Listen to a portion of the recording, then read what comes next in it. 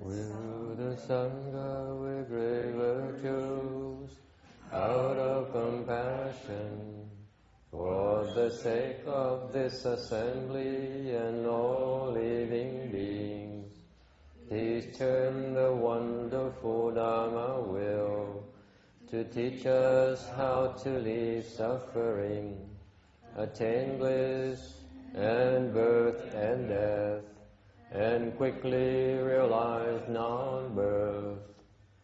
Cung thính đại đức cảm kinh, vì thứ pháp hội cập nhật thiết chúng sanh, tinh chiến diệu pháp luân giao đạo ngã môn, như há liêu sanh tư ly khổ đạt lạc, tốc chứng vô sanh. Homage to the Blessed, Noble, and Perfectly Enlightened One.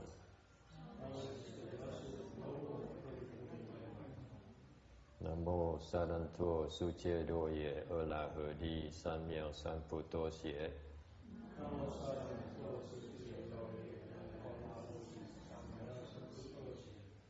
Nam mô Tát Nạc Tha Toya Đa Ra A Ra Ha Đề Tam Miệu Tam Bồ Đà Tọa.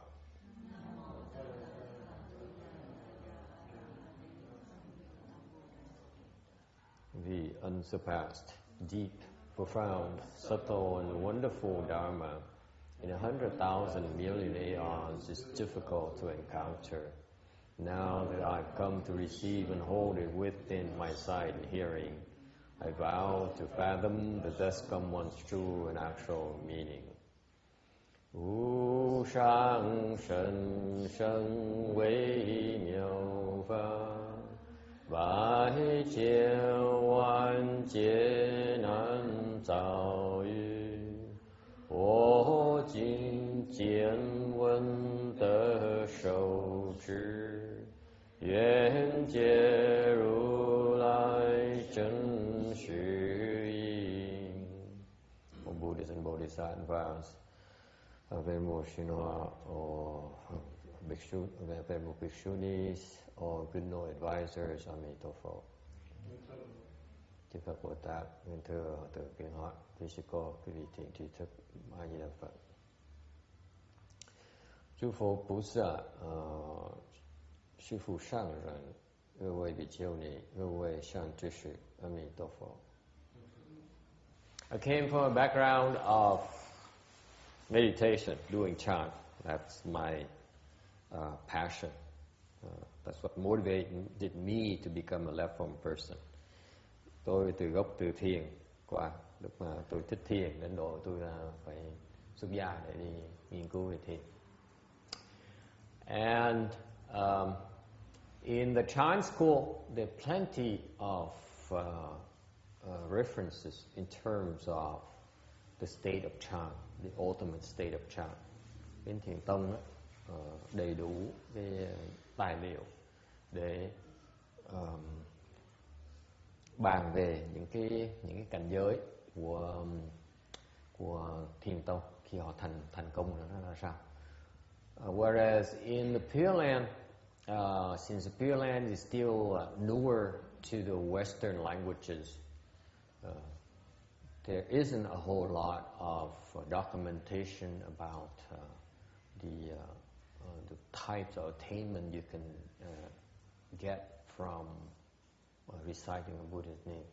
Ngược lại, bên cái pháp môn tịnh độ, nhất là bên phía tiếng Anh, không có ít có cái tài liệu mà nói về diễn tả về những cái cảnh giới của niệm Phật ra sao. Because in principle, the Buddha recitation Dharma door enables you to attain the same level of achievement as the chant school. Tại vì trên lý thuyết thì cái pháp môn tịnh độ niệm Phật có thể cho phép cho mình đạt được cái cảnh giới cùng cao không kém gì cảnh giới bên thiền tông. And therefore, Since I don't have a whole lot of documentation, I went back to the Chinese sources and looked for what is it that when you recite the Buddha's name, those with superior roots, what is it they can attain? What is their state of mind? Thành tôi trở về lại cái gốc về cái tiếng Trung Hoa, tiếng Tàu, để tìm hiểu là cái cảnh giới khi người ta niệm Phật, người ta đạt tới cảnh giới cao thì những người thường căn người ta ra sao?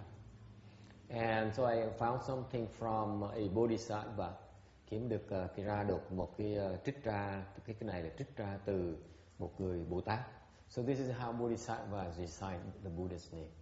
Ở đây, sau đây là cái cảnh giới của người Bồ Tát khi ta niệm Phật. Alright, so in slide 44, ở số 44, cái tấm 44, upper grade recitation. Niệm Phật đến được cái thượng phẩm là làm sao? At that stage, lúc đó, your mind is fundamentally without thought. Lúc đó thì cái tâm là nó hoàn toàn vô niệm. This is what we referred to yesterday by a guest bhikshuni who came and quoted some chant from the masters and asked me about the state of no mind. Đây là cái cảnh giới mà ngày hôm qua cái sư cô mà tới đây viếng thăm chúng mình cô tới thắc mắc có thử là mình tu niệm Phật đến trình độ nào. Thì cô cũng giống như bên Việt Nam người ta không có được cái reference, ta cũng không thấy được cảnh giới bên niệm Phật. Thành ra cô hỏi phải dùng cái thiền tông. Cô biết là mình là dân niệm Phật. Cô đem thiền tông, cô hỏi thiền tông ra cô hỏi là cái cảnh giới vô tâm là cái gì? And this is it. This is the mind. This is where your mind is without. There's no mind. Okay, and that's what the upper grade recitation is involves. Ở cái cảnh giới niệm Phật nó cũng như vậy, cũng là vô tâm luôn. Okay, you understand that the thought arises from thinking. Biết rằng là cái tâm cái tư tưởng nó từ cái suy nghĩ mà ra, cái trí suy nghĩ mà ra. And you realize that the thinking is false. All thinking is false. Biết rằng tất cả những cái tư tưởng đều là hư vọng hết. Okay? And that's what makes us revolve in the wheel. Vì những cái mình tạo những cái giả với cái tư tưởng của mình, vậy mà mình đọa vào cái vòng luân hồi. Okay? Any questions? In other words, okay, we get in trouble from thinking. Nói cách khác là mình bị đọa tại vì mình suy nghĩ. Okay, who's not thinking? Ai không suy nghĩ bây giờ nữa? Các anh sẽ không suy nghĩ. Giơ tay lên coi. I'm not talking, you're not talking. There's no sound, the music even stopped, the mariachi music even stopped. You still thinking? Tôi không có giảng pháp, quý vị không có nói chuyện. Ngay cái nhạc của ông láng giềng bên nhà mình bỗng nhiên cũng ngừng lại. Bắt đầu trước khi mà giảng pháp thì nghe nhạc hay lắm. Giảng pháp bỗng nhiên nhạc nó ngừng lại. This is the second day in a row now on the weekend. Yesterday the same thing. Very loud music, and as soon as we started talking Dharma, speaking Dharma, through the lecture, then somehow the noise dies down a little bit. Okay. Yeah. So now, tôi không giảng pháp, quý vị không nói chuyện, tương đối không có ồn lắm, mà quý vị vẫn suy nghĩ. How come you still thinking?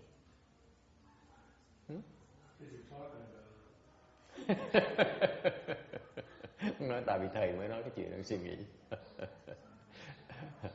Touché, very good. Because in other words, is it fair for me to say that you can't help it? Nói cách khác là có phải quý vị suy nghĩ tại vì quý vị phải suy nghĩ không? You can't help it. You almost can't help it. You can't help it. But not alone. Okay, so So in other words, if you keep on reciting a Buddha's name, eventually it will bring you to state of no mind. Nói cách khác, nếu quý vị tiếp tục niệm Phật, trong tương lai quý vị sẽ đạt tới cái cảnh giới vô tập. Alright? Alright. Also, you understand the Amitabha hơn nữa. Mình với cái câu mà A Di Đà Phật này, that Amitabha, that Buddha's name that we recite, does not arise from thinking. Cái A Di Đà Phật này nó không, lúc mình niệm cái câu A Di Đà Phật đó, nó không phải từ cái suy nghĩ mà nó sinh ra. Có người có vẻ không đồng ý. Someone seems to disagree with me. Goody. Where does it arise from? It's always there. It's always there. Hỏi nó khởi từ đâu? Niệm Phật nó khởi từ đâu? Người nói là nó bây giờ nó không có đó hết. Okay? That's pretty good intellectual conjecture to claim that it's always there. Người nói là nó bây giờ nó không có, đó là một cách rất là khéo léo, cách suy nghĩ rất là khéo léo. But it's not quite true. It's only intellectual conjecture. Đó chỉ là cách suy nghĩ thôi. Well, you told us the answer has no mark. So it has no mark. Must be true. Let me move on then. It does not exist from your thinking. Cái câu A Di Đà Phật đó, không phải nó có, tại vì do cái tư tưởng của mình. Does not dwell inside or outside. Nó không trụ ở trong, nó không trụ ở ngoài. Has no mark. Nó vô tướng. A Di Đà Phật là vô tướng. And with the Amitabha, the sentence Amitabha, it ends all false thinking. Cái A Di Đà Phật á, cái dùng của nó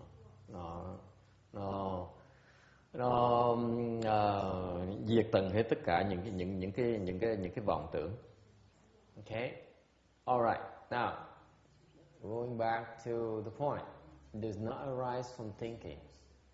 Không từ tư tưởng nó khởi lên. Từ đâu vậy? Nếu không từ tư tưởng, nó từ đâu? You know that your Amitabha, as far as you're aware of, arises from your thinking, right? You think about it. That's why you decide it, right? Am I correct, text? I don't know. You don't know. Yeah. You don't trust me anymore. I trust you, but I don't know the answer. I mean, I don't think about it until I think about it, but that doesn't make it exist. This is why we need to have a reference point from the people who accomplished this Buddha recitation Dharma door.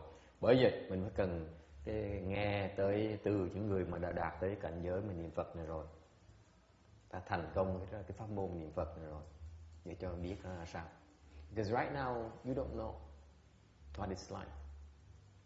Okay, there's no way for you to understand what it's like. Không cách nào quý vị hiểu được cái cảnh giới này hết. Hiện bây giờ quý vị chỉ có thể nghe nói tới được như vậy thôi. Okay, so at this point in time, all you can do is plant the seeds for these types of glimpses of what it's like. Eventually you get it. Thành bây giờ mình chỉ trồng những cái nhân, trong tương lai mình thấy được cái cảnh giới này thôi. Còn nói quý vị không hiểu được. Chỉ biết rằng cái niệm Phật á, all you need to know, you have to understand that Amitabha recitation really doesn't arise from false thinking, does not exist from thinking, does not dwell inside or outside. Okay.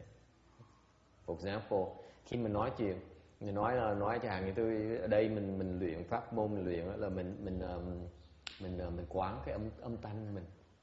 Lúc mình niệm Phật mình quán âm thanh mình. So for example here when we recite, especially Buddha's name, we concentrate on listening to the sound of our recitation. Okay?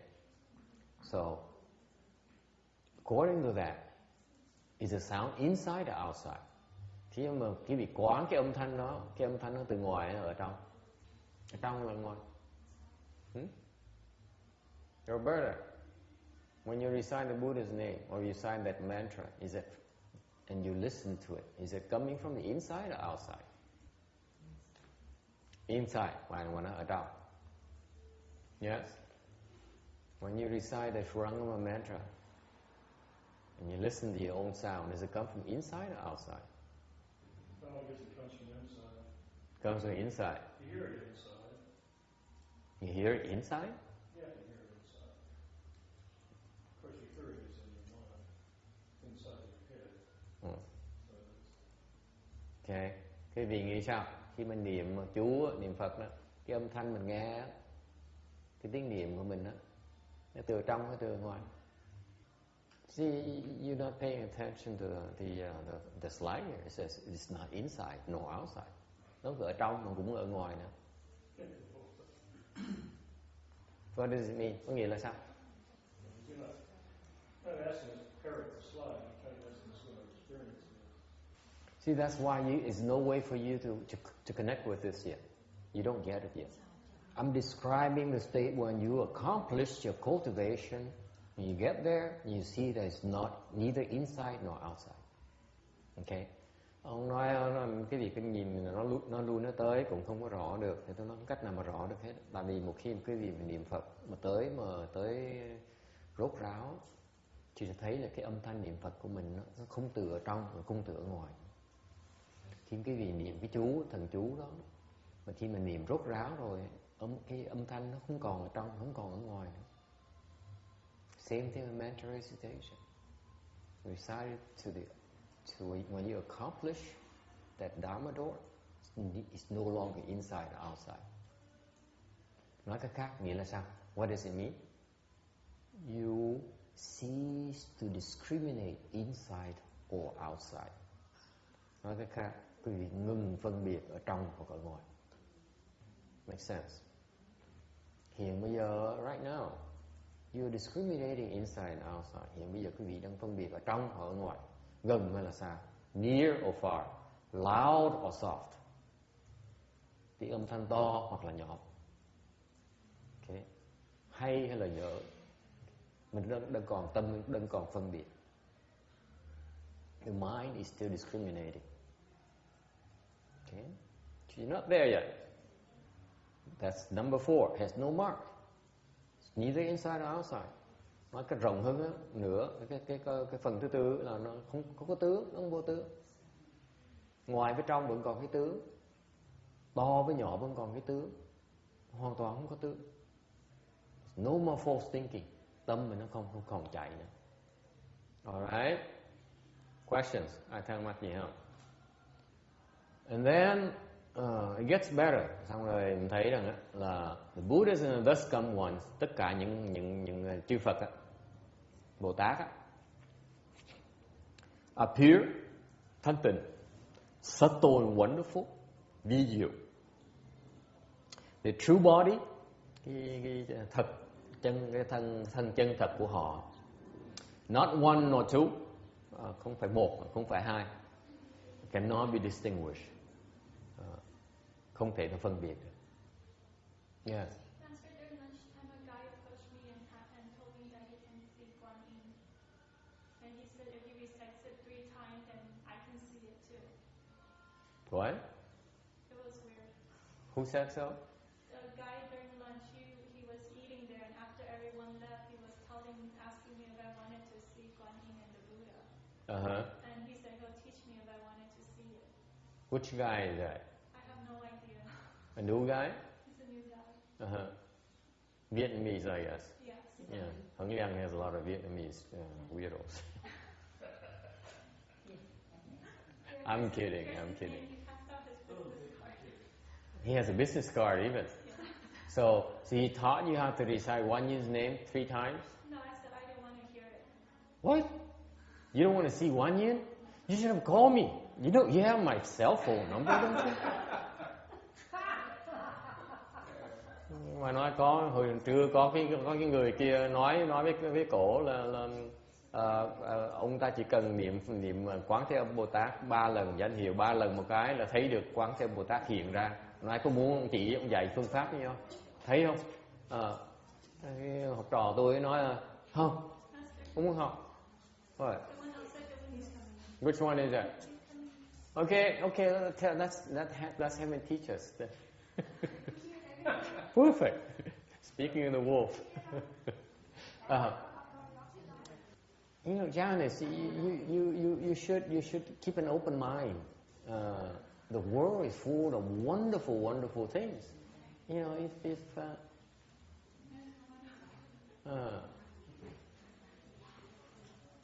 okay, so which gentleman? This guy here? Huh? This one here? With the hat? Okay. Bác niệm quán thế Bồ Tát hiện ra hả? He said, so I said, so it's true you recite one yin's name and he appears. Okay. We'd like to learn how to do it. Muốn bác dạy với chúng tôi làm sao mình niệm quán thế Bồ Tát nó hiện ra. Được không? I'm asking you to teach us. Chị chơi dễ sợ. Sao niệm mà hiện ra?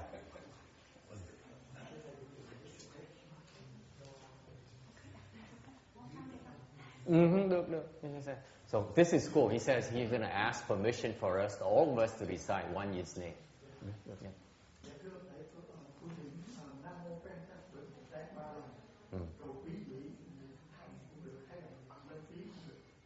So you're going to recite one yin's name 3 times? Tiếng Việt, huh? Vietnamese. So of those you who are not Vietnamese, tough luck, okay? And then you follow recite. Okay.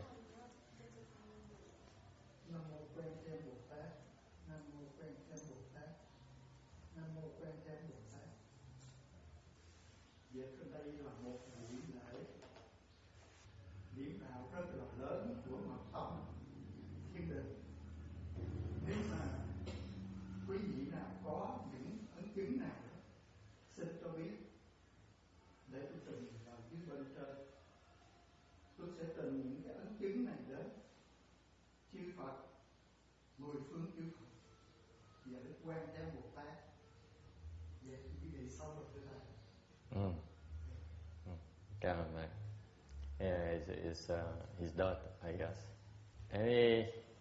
Any questions or comments? Có ai thắc mắc hay là có phát biểu ý kiến gì không?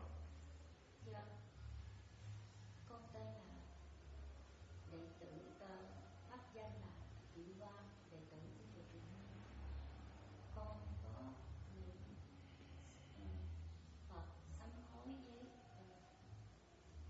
mười phương chư Phật với Nam mô Quan Thế Bồ Tát là tội lỗi những gì con đã làm kiếp trước, con xin trả từ kiếp này. Nếu thân phận này của con có chết, con có đành chịu, tại vì cái tội lỗi những kiếp trước con làm rất là ác độc, nên con chỉ nguyện vậy thôi. Rồi cho con xin được lên trên để ở trên trời đặng được tu học lên càng cao càng tốt đặng thành Phật, chứ con không muốn xuống dưới trần gian. Con chỉ nguyện con vậy thôi. Tại vì đời người ta thì thế nào cũng phải chết, chỉ con có sợ cái chết. Okay, mình sẽ nói về cái vấn đề đó sau. She has repentance and expressed her wish to be reborn, to be able to pay off her, undergo the retribution for karmic offenses from the past, and wish to resolve them. Anyway, cảm ơn quý vị đã cho san sẻ với cái đó với chúng tôi. So I want to thank them for sharing with us. Can we continue with the lecture? Mình tiếp tục giảng kinh tiếp nha. Unless you have any questions or comments. Okay. So this slide here says that when you reach a state, you no longer differentiate between Buddhas. Okay. Tới cảnh giới này, ta thấy rằng, hiểu rằng là chư Phật đó, là cùng một thể hết, không còn phân biệt nữa. Alright. If you recite like this, khi mà mình niệm Phật tới cái trình độ như vậy rồi, the afflictions and the dust cái phiền não, với những cái trần lao are neither severed nor turned. Cái cũng vô đoạn, vô chuyển. We will obtain single-mindedness, và mình sẽ đắc được cái nhất tâm. Okay? And that is how they recite the Buddha's name. Đây là cái phương pháp mà quý Bồ Tát thượng phẩm niệm Phật. Okay. To attain the one mind unconfused, để đắc được cái nhất tâm bất loạn. The pure karmas are accomplished and you go straight towards the upper grade for rebirth in the Western Bliss Pureland. Thì những cái tình nghiệp được hoàn thành, và khi mình được vãng sanh vào cái thượng phẩm. Bên cái trình độ chúng tôi tu là mong cầu được vãng sanh để giải quyết cái việc, để thành thục cái việc tu hành. Và một khi vãng sanh thì qua cái Tây phương cực lạc được, vào tịnh độ được, thì một kiếp sẽ thành Phật. Còn ngược lại, nếu như mà cầu sinh trên trời, sinh trên cảnh giới mà tốt hơn cảnh giới đây con người này, thì cái quả báo đó nó chỉ tạm thời thôi. Mình sẽ tiến bộ trên kia, xong rồi thụt lùi trong tương lai thì quả báo mình hết. I explained to her that the aspiration for the Pureland cultivators is for rebirth to the Western Bliss Pureland and the Pureland in general. And we don't shoot for rebirth in a higher realm such as the heavens, just like the Catholics might wish for example. Because when you obtain birth in a higher realm like in the heavens, it's wonderful up there. But when your heavenly blessings run out, you will then fall. Okay. Whereas if you were to be born in the Western Bliss Pureland or Pureland, in one lifetime you will become a Buddha. It's no more regression. Okay. Much preferable for us cultivators. Nó tốt hơn cho chúng mình hơn. Alright. If you recite like that, nếu mà được niệm Phật như vậy thì gọi là it's called pure recitation, thanh tịnh niệm. Thoroughly clear recitation, minh triệt niệm. Bright and radiant recitation, quang diệu niệm. Real mark recitation, thật tướng niệm. Perfect recitation, viên dung niệm. No discrimination recitation, vô phân biệt niệm. Leaving the dust recitation, ly trần niệm. Inconceivable recitation, bất tư nghị niệm. Primary meaning principle recitation, đề nhất nghĩa niệm. Okay? Let me explain to you why they have so many different names. Tại sao có nhiều cái tên khác nhau như vậy? It tells you that when you recite the Buddha's name, the Dharma of reciting the Buddha's name will bring you these different types of end results. Nói cách khác, khi cái vị niệm Phật hoặc là niệm Quán Thế Âm Bồ Tát, thì cái cảnh giới rốt ráo của quý vị khi mà niệm cái công phu niệm thành thục ấy, okay, sẽ được như vậy. Okay. Bác để ý trong này không có chỗ nào Phật là Quan Âm Bồ Tát hiện ra hết đó. Okay. Cái này họ nói, đầu tiên họ nói là thanh tịnh niệm. First is pure recitation, meaning you become purified. Nói cách khác, mình thanh tịnh, không còn mong cầu cái gì nữa, chẳng hạn không cần mong cầu mình thấy Phật hoặc thấy Bồ Tát nữa. In other words, you're so pure to the point where you have no more defilements, you no longer wish to see anything, any manifestation even. That's called pure recitation. Alright? Number 2, thoroughly clear recitation, minh triệt niệm. Okay? Minh triệt niệm có nghĩa là cái ánh sáng nó đi qua hết tất cả, không có gì cản được cái ánh sáng đó. Meaning that the brightness, the light you emit, okay, There's no obstruction to it. Nothing can obstruct it. Okay? No ghosts and spirits can obstruct it. Không có quỷ, không có thần nào có đủ sức để mà cản trở cái ánh sáng này của mình khi mình niệm Phật.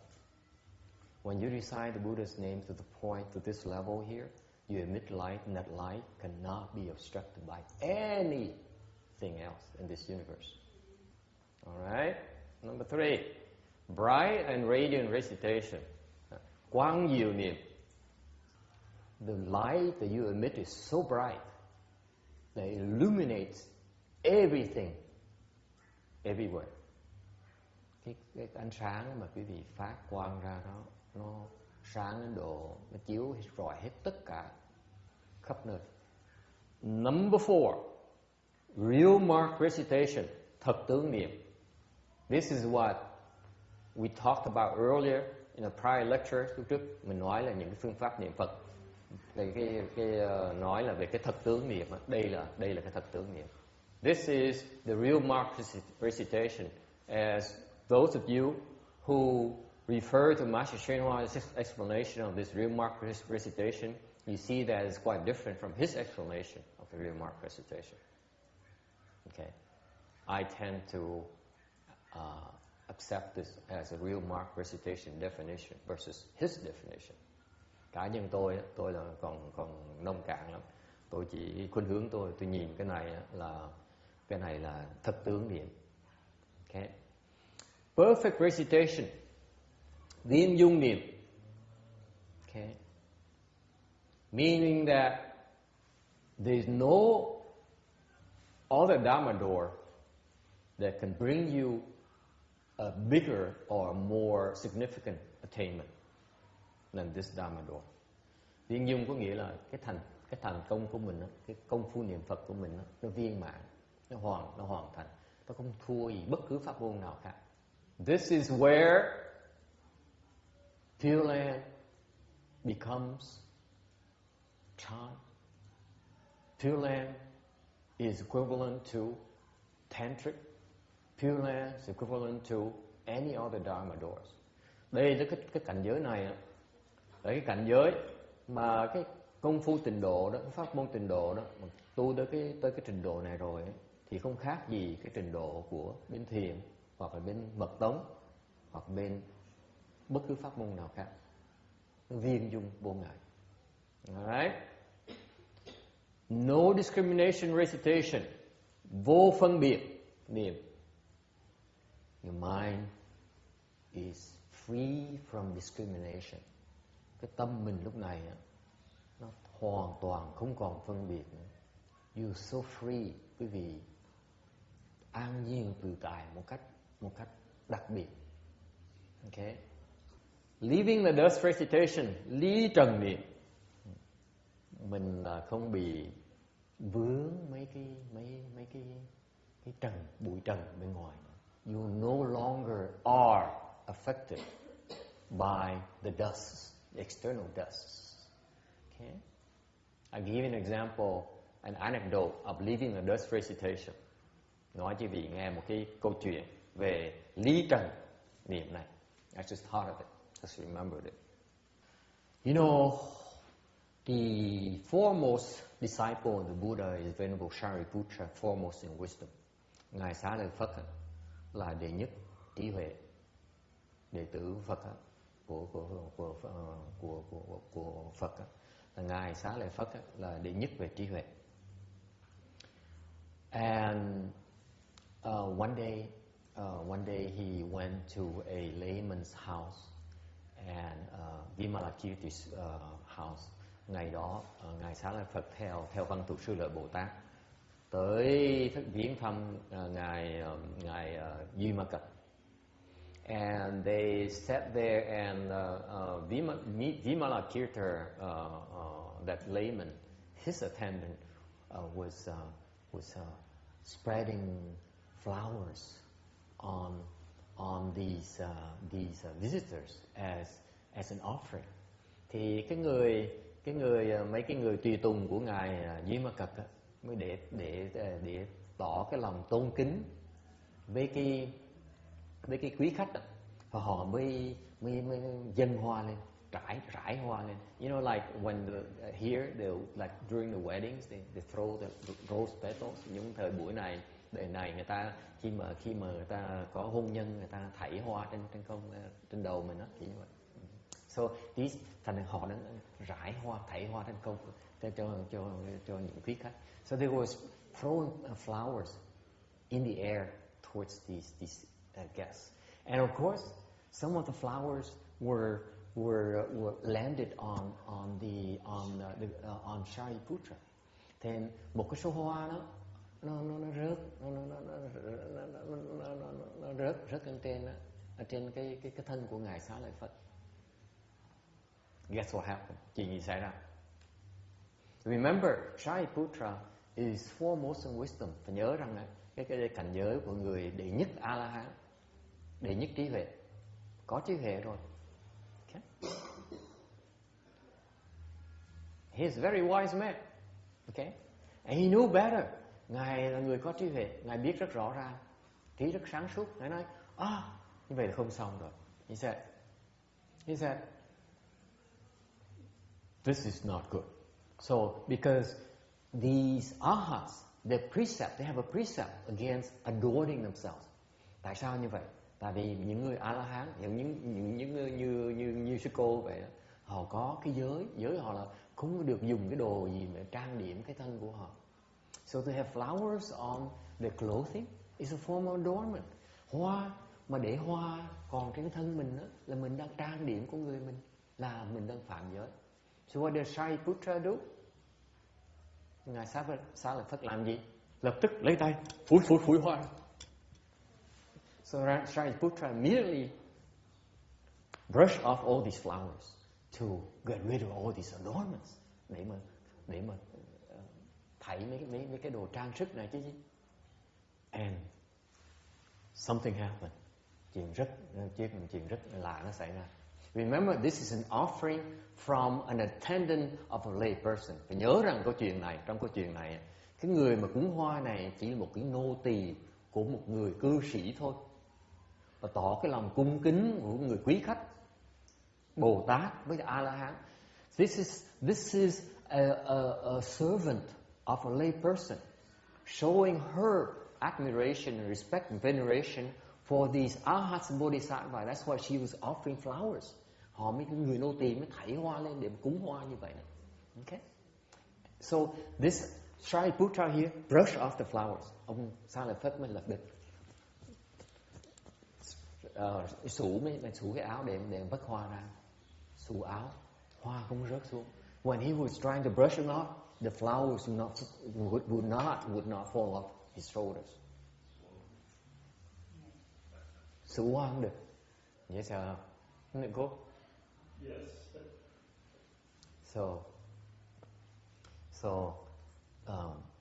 So then the Manjushri Bodhisattva, lúc đó ngài Văn Tụ Sư Lợi Bồ Tát, number one wisdom for the Bodhisattvas, đệ nhất huệ của Bồ Tát, okay, mới dạy cho đệ nhất huệ A-la-hán. Then foremost in wisdom Bodhisattva taught foremost wisdom on Arhat. It says, you do not have enough spiritual power to overcome that servant spiritual power.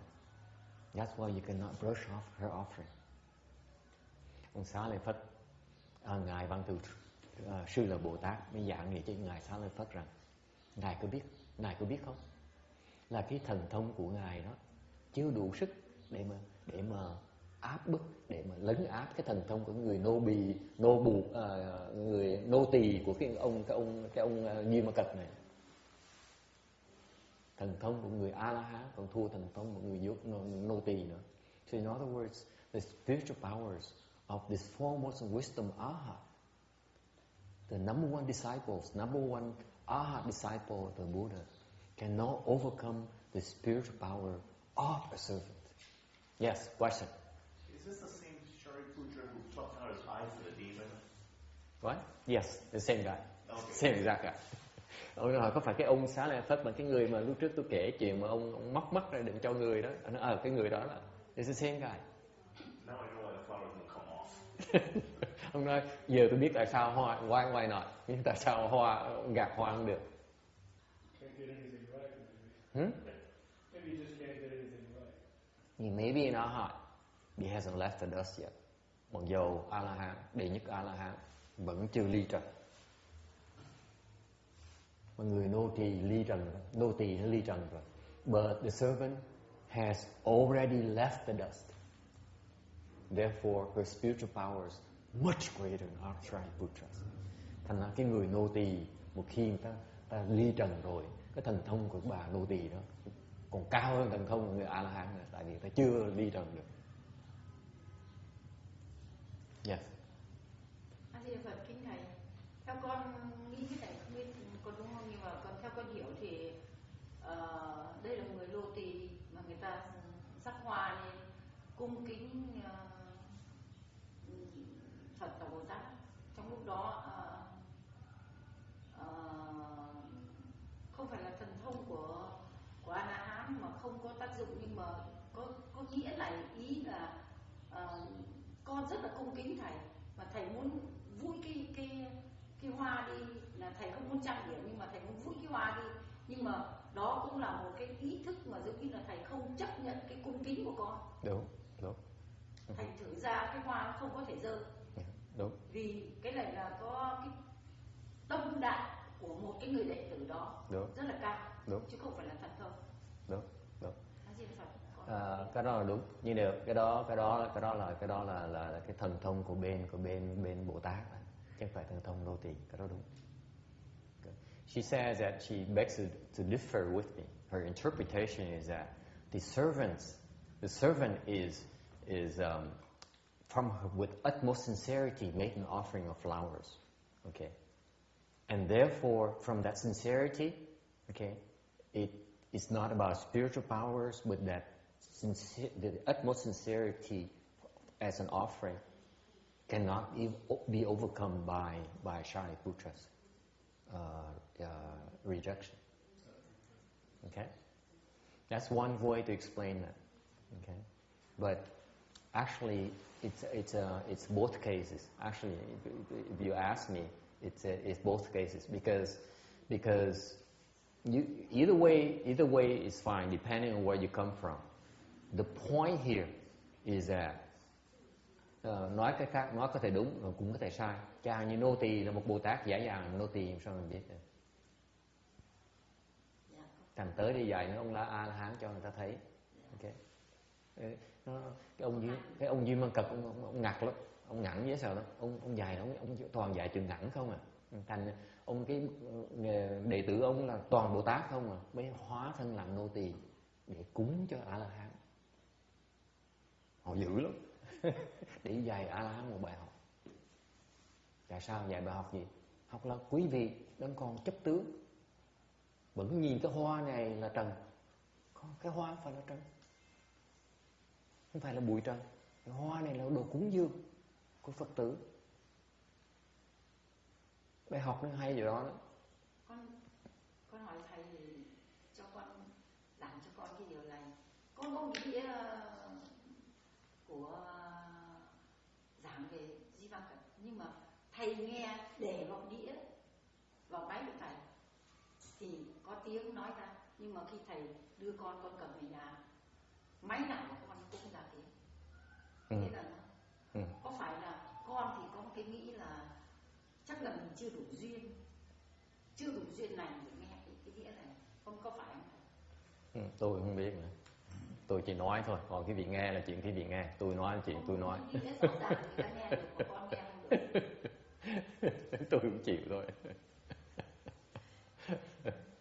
Không đưa hết máy, đưa sang máy con cũng không được, nhưng mà trả lại cho cái I explained to her in Vietnamese that my interpretation is slightly different because I enjoy this Vimalakirti Sutra because this is a lay person who's really not a lay person. He's really a Buddha.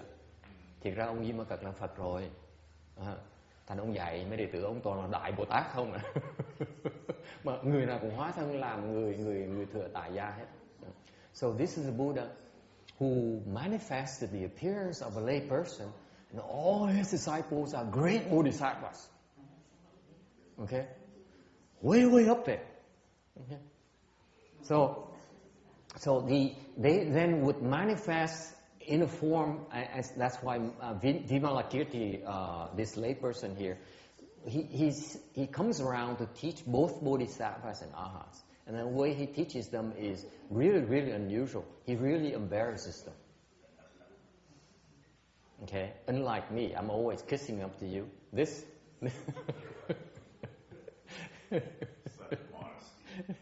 yeah, likely story, right? So that's why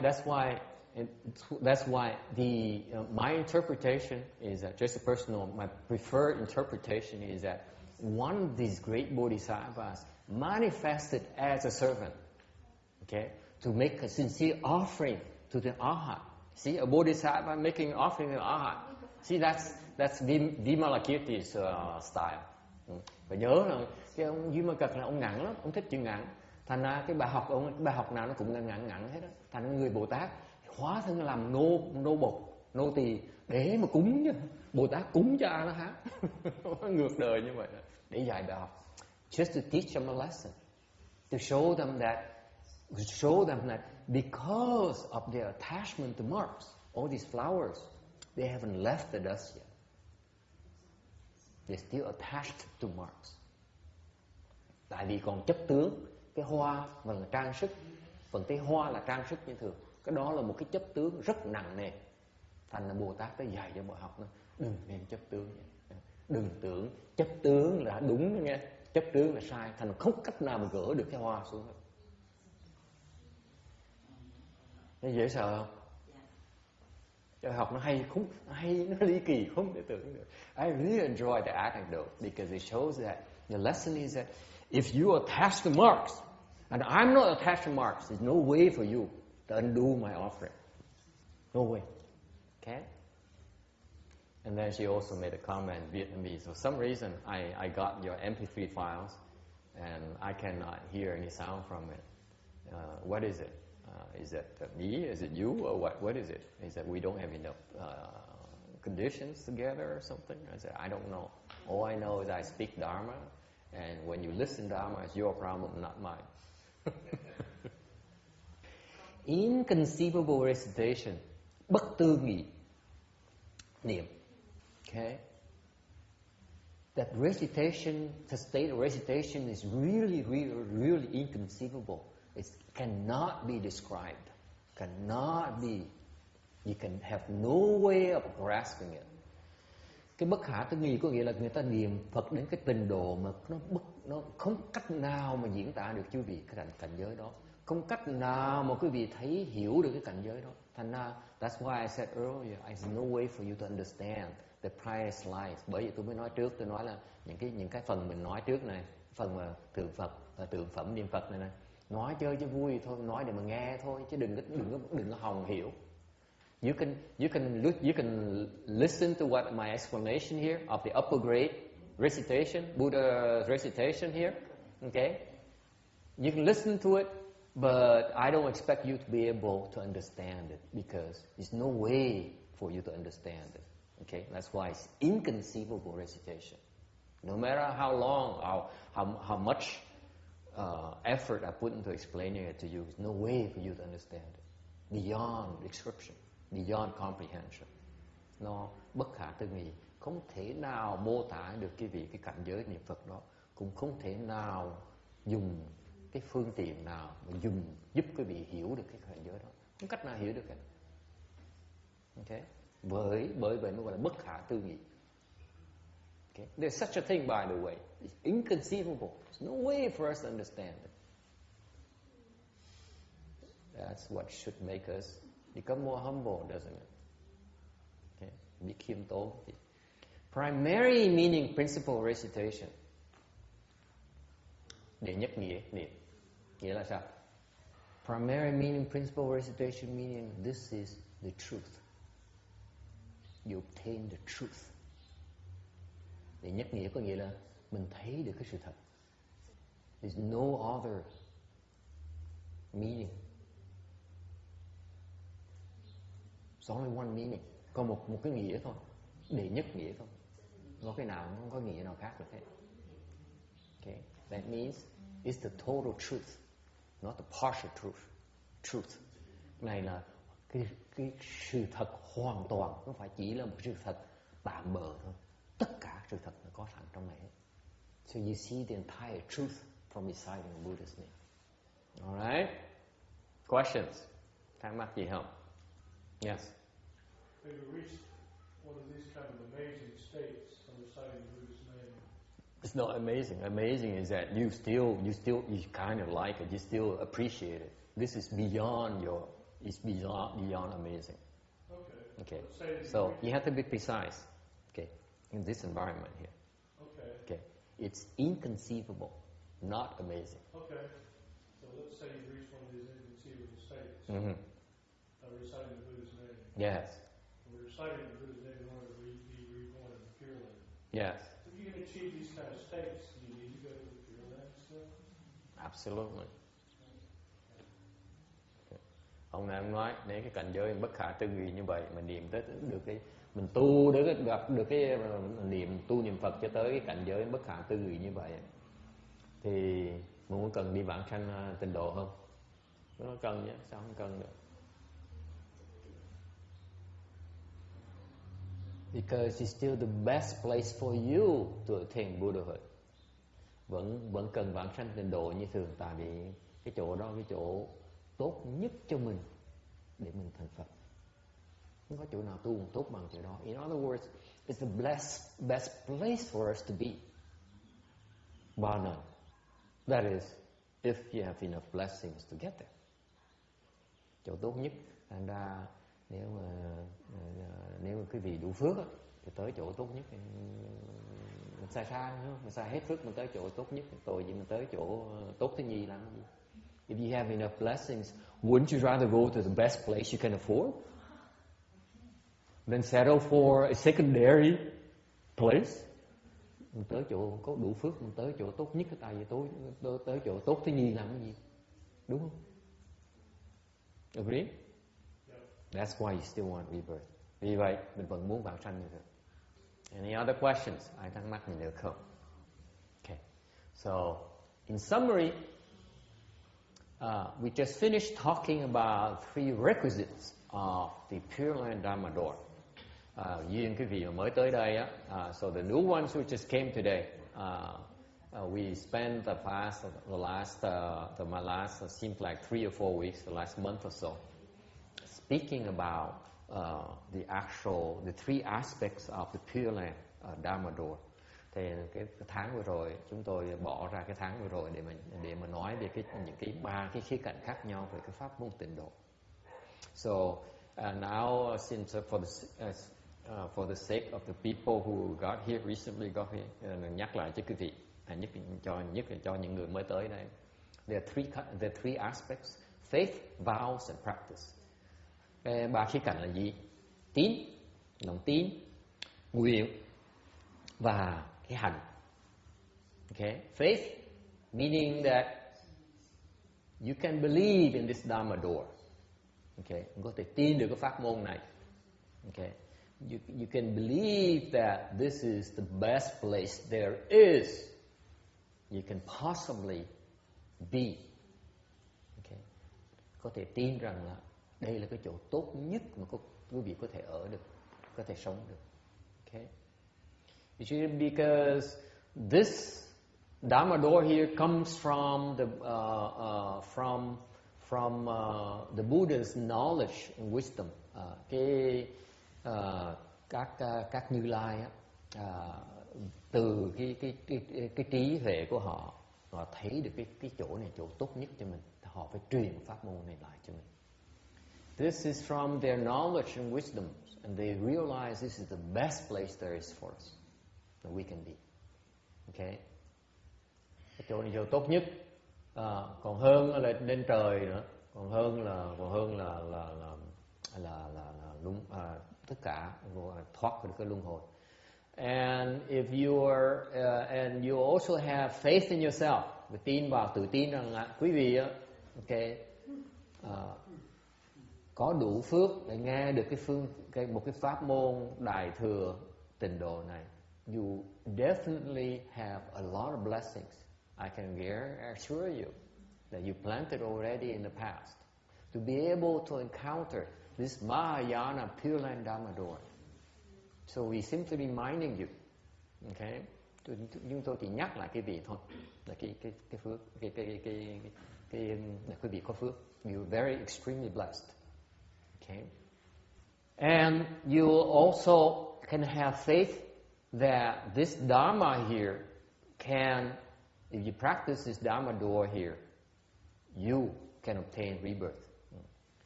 Có cái pháp môn có thể giúp quý vị đắc được cái vãng sanh. Alright?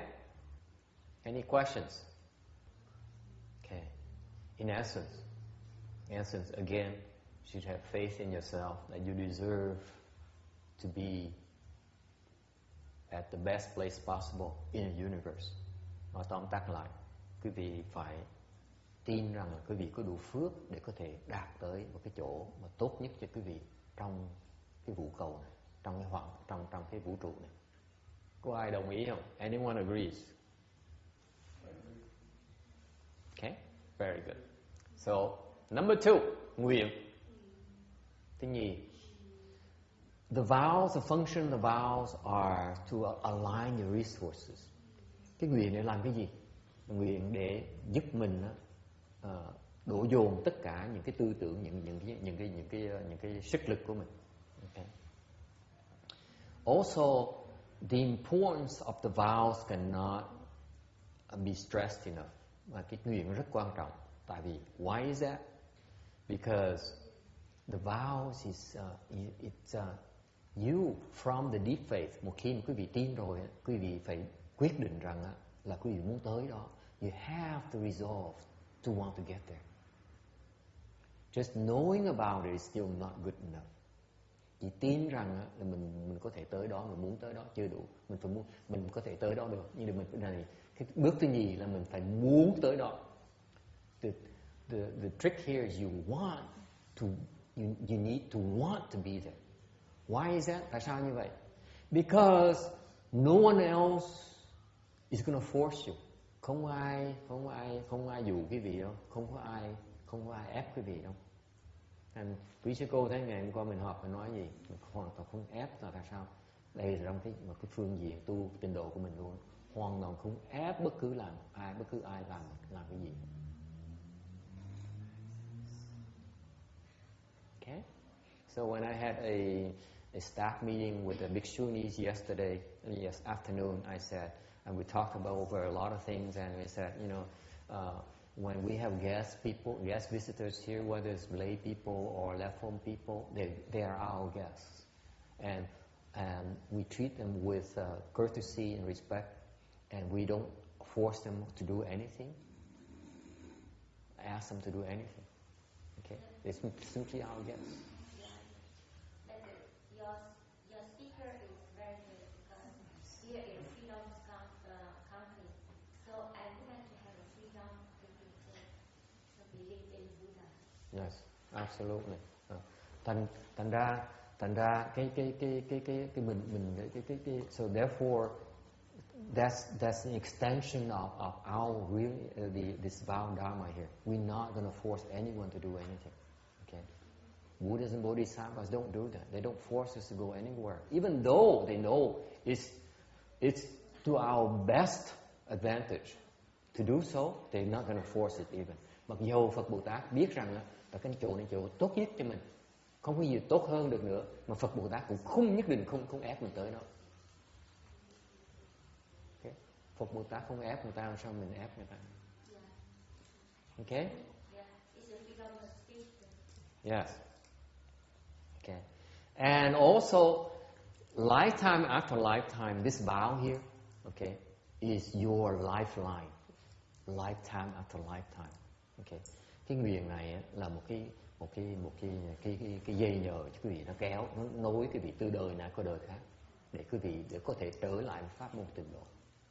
lifetime after lifetime, just in case you don't make it to the Pureland, and you still evolve in the wheel. Is this vow here is the lifeline for you to be able to be exposed to the Pureland Dharma again. Tại cái dây này nó giúp mình được gặp lại cái pháp môn tịnh độ, để trong kiếp sau mình trường hợp mình bị luân hồi, mình vẫn có cơ hội gặp được pháp môn tịnh độ, mình vẫn có cơ hội để vãng sanh như thường. Okay? Any questions?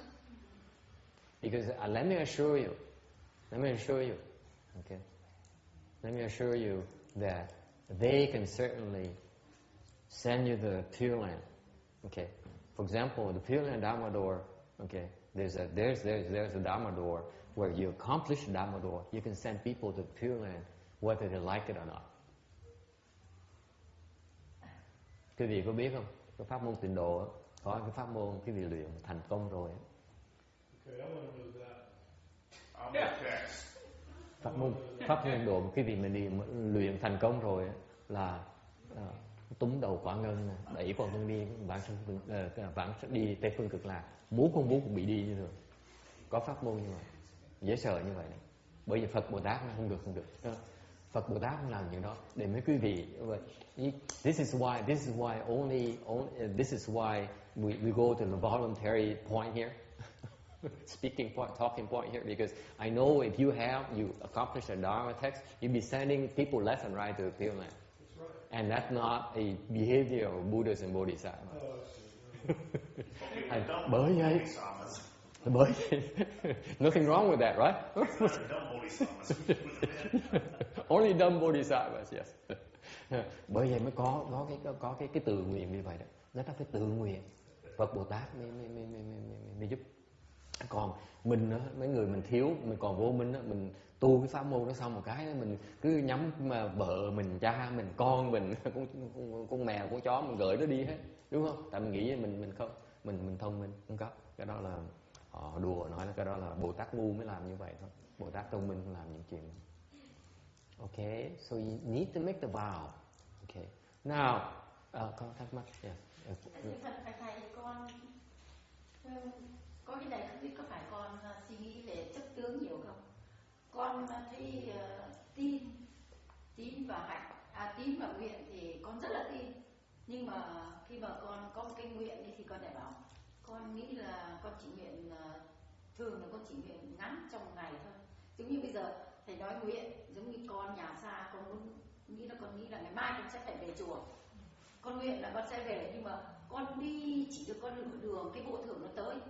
Như vậy con có phải có khi nói cái nguyện của con có phải là lợ không?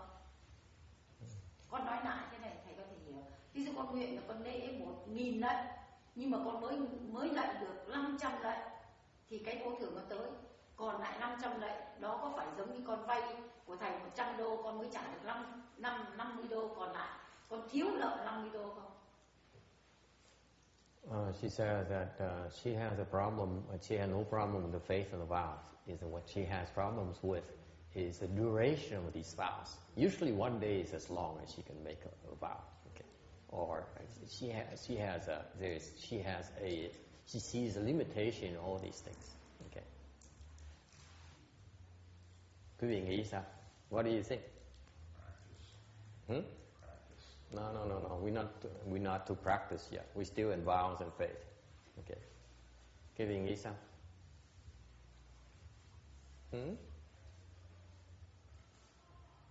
Sư cô mà tu pháp môn tịnh độ, người ta nói một câu vậy, xong rồi cô giúp người ta bây giờ. Nguyện có nguyện thiệt chứ đâu, nguyện làm chưa xong sao bây giờ? This is real now. People say it sounds good. I like to go there. I vow to go there. Why not? It doesn't cost me anything. It doesn't hurt, right? Nha, người ta nghe nó pháp môn, cái pháp môn có vẻ ngon nha, tốt nha. Mình mặc dù mình công giáo, mình đạo giáo, kiện ngày để mình nguyện thử lần nữa sao? So maybe I'm Catholic. Maybe my whole family is Catholic. And because it sounds so good here, since they don't require anything of me, I make a vow. What the heck? Ngày nay gia đình mình công giáo, trước giờ mình là đạo dòng. Thì cái ngày nghe ông nào nói ngày vui, thôi mình nguyện đại đi, được không? Con cũng chưa hiểu. Well, What do you think? It's false is what I'm thinking. It's whatever I'm thinking is false. Her vow is not pervasive enough, it's not strong enough. Cái nguyện còn yếu á, nguyện lực còn yếu, còn tính toán, không có nguyện lực. In other words, she's still using her discriminating mind when she makes that vow. The vow power is not there. No vow power.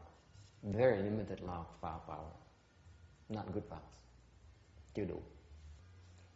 That's not superior grade vows. Cái đó là cách khác, nói cách khác. Không phải là thượng phẩm nguyện. Cái này mới là hạ phẩm. In other words, I just insulted her. I said, this is low grade vows. Giống như những bài pháp các thầy giảng là mình nợ mà mình chưa trả hết. Thầy con cũng có ví dụ giống như là con vay thầy 100 mà con mới trả được. Mình nguyện là con nguyện lệ 1.000 lễ mà con chỉ mới lệ được có 500 lễ. Con ví giống như con vay thầy 100 đô mà con mới trả được thầy 50 đô là con còn nợ thầy 50 đô.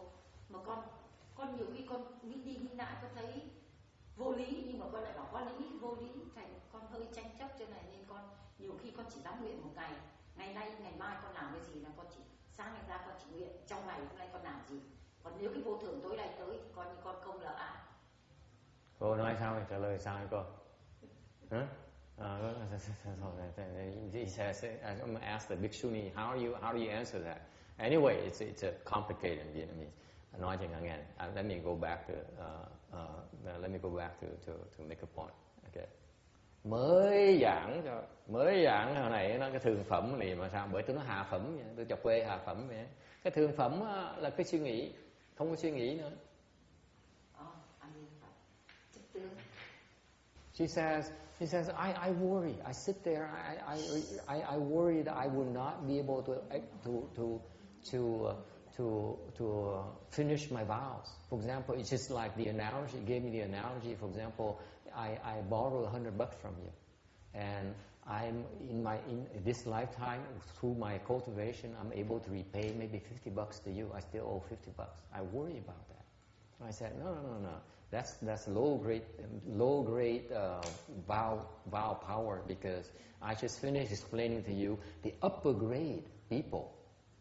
They do not engage in thinking. You don't sit there, make a vow, and think about and analyze it. Okay? Bị kẹt, còn kẹt quá, còn hạ phẩm. I said, you stuck in low grade. Okay, still better. Vẫn tốt chứ nữa.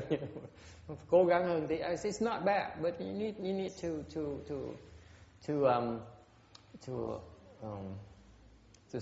shift gear a little bit. Okay. Finally, in terms of vows, cuối cùng nói quý vị, nguyện cái gì? I'm recommending to you, ngày hôm nay tôi khuyên quý vị làm cái nguyện này. I'm recommending you this vow, make this vow here. You vow that at the end of this very life you will be reborn to Pureland. That's what you make, kind of vow you make. Tôi khuyên quý vị làm cái nguyện này, nguyện là sau cuộc đời này thôi sẽ vãng sanh. Đó là người có phước mới dám làm, mới biết làm cái nguyện như vậy. Those who have superior blessings will make those types of vows. Questions? Ai thắc mắc gì không?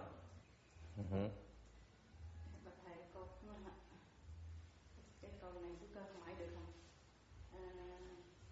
Tại vì con có đọc kinh Phổ Môn á, thì ở trong nó nói Quan Thế Âm Bồ Tát á, thì nó quá thân, thì chắc người ta nghe lộn á, thì người ta niệm Phật niệm tới mà có Quan Thế Âm Bồ Tát mà để nhập á, rồi để cứu người đi chữa bệnh á, cái đó không biết là ở trong kinh Phật thì nó không có nói vậy, mà sao con có thấy nhiều người ta niệm Phật á, niệm Quan Thế Âm Bồ Tát niệm rồi cái lên rồi để đi cứu người, để chữa bệnh cho người đó.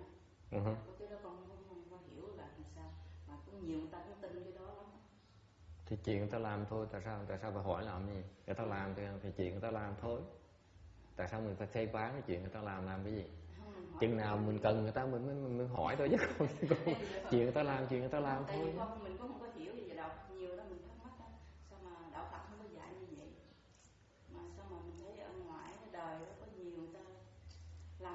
mê người tin tưởng á, thì cái đó Thì mê tin tưởng là tại cái duyên người ta như vậy. Cái duyên người ta mê tin tưởng là tại vì chẳng hạn như là họ đã có cái duyên với nhau rồi, thành ra họ tin tưởng nhau. Đúng hay sai nó không quan trọng. Xin thầy, con được ý kiến là nếu mà trường hợp cái người đó mà đứng ra cũng như là xin cầu Phật Bà, Quan Âm, Bồ Tát á, để chữa trị bệnh cho người khác á, là cái ý thiện của người ta. Nếu mà trường hợp người ta nói bà cứ cúng cho tôi 10 đồng hay là 20 đô la để mà trị bệnh á, thì là cái người đó mới là làm việc bất chánh. She says that so anyway, let me try, để tôi giảng cái tiếng Anh xong tôi nói chuyện, mình bàn để người ta có thể tham gia vào. Goyin says she wonders like people who recite the Buddha's name and they pray to Guan Yin Bodhisattva so that they receive help in healing others. And how come the sutras do not explain about those things? And how come people do that? And they have a lot of followers and people who believe in that. I said people believe in because they have conditions with each other. They have affinity with each other. Okay, so they believe in those things. If they do those things, what they do? Why do you have to worry? Why do you have to question about what they do? Okay, it's their business, none of our business. And then the second lady made a comment that if you do the healing, you ask assistant to do the healing, and you do it without asking for anything in return, for example, without asking for money, then it's a good thing to do. Nothing wrong with it. What do you think? Quý vị nghĩ sao? Absolutely, there's nothing wrong with it. Hoàn toàn không có gì hại hết. Okay, nothing wrong with it. Okay. If you have the means to help someone, by all means go help someone. Nếu quý vị có cái duyên, có cái đủ cái sức mà giúp người ta, có duyên giúp người ta mà giúp được thì giúp đi, không có gì hại hết. Tôi thấy cái chuyện tốt là nên làm. Okay, I see no problems with it. Okay. Let me tell you along that line. Let me tell you that a story. Về cái chuyện mà giúp người đó, biết chữa bệnh cho người đó, tôi kể cho quý vị nghe cái chuyện này.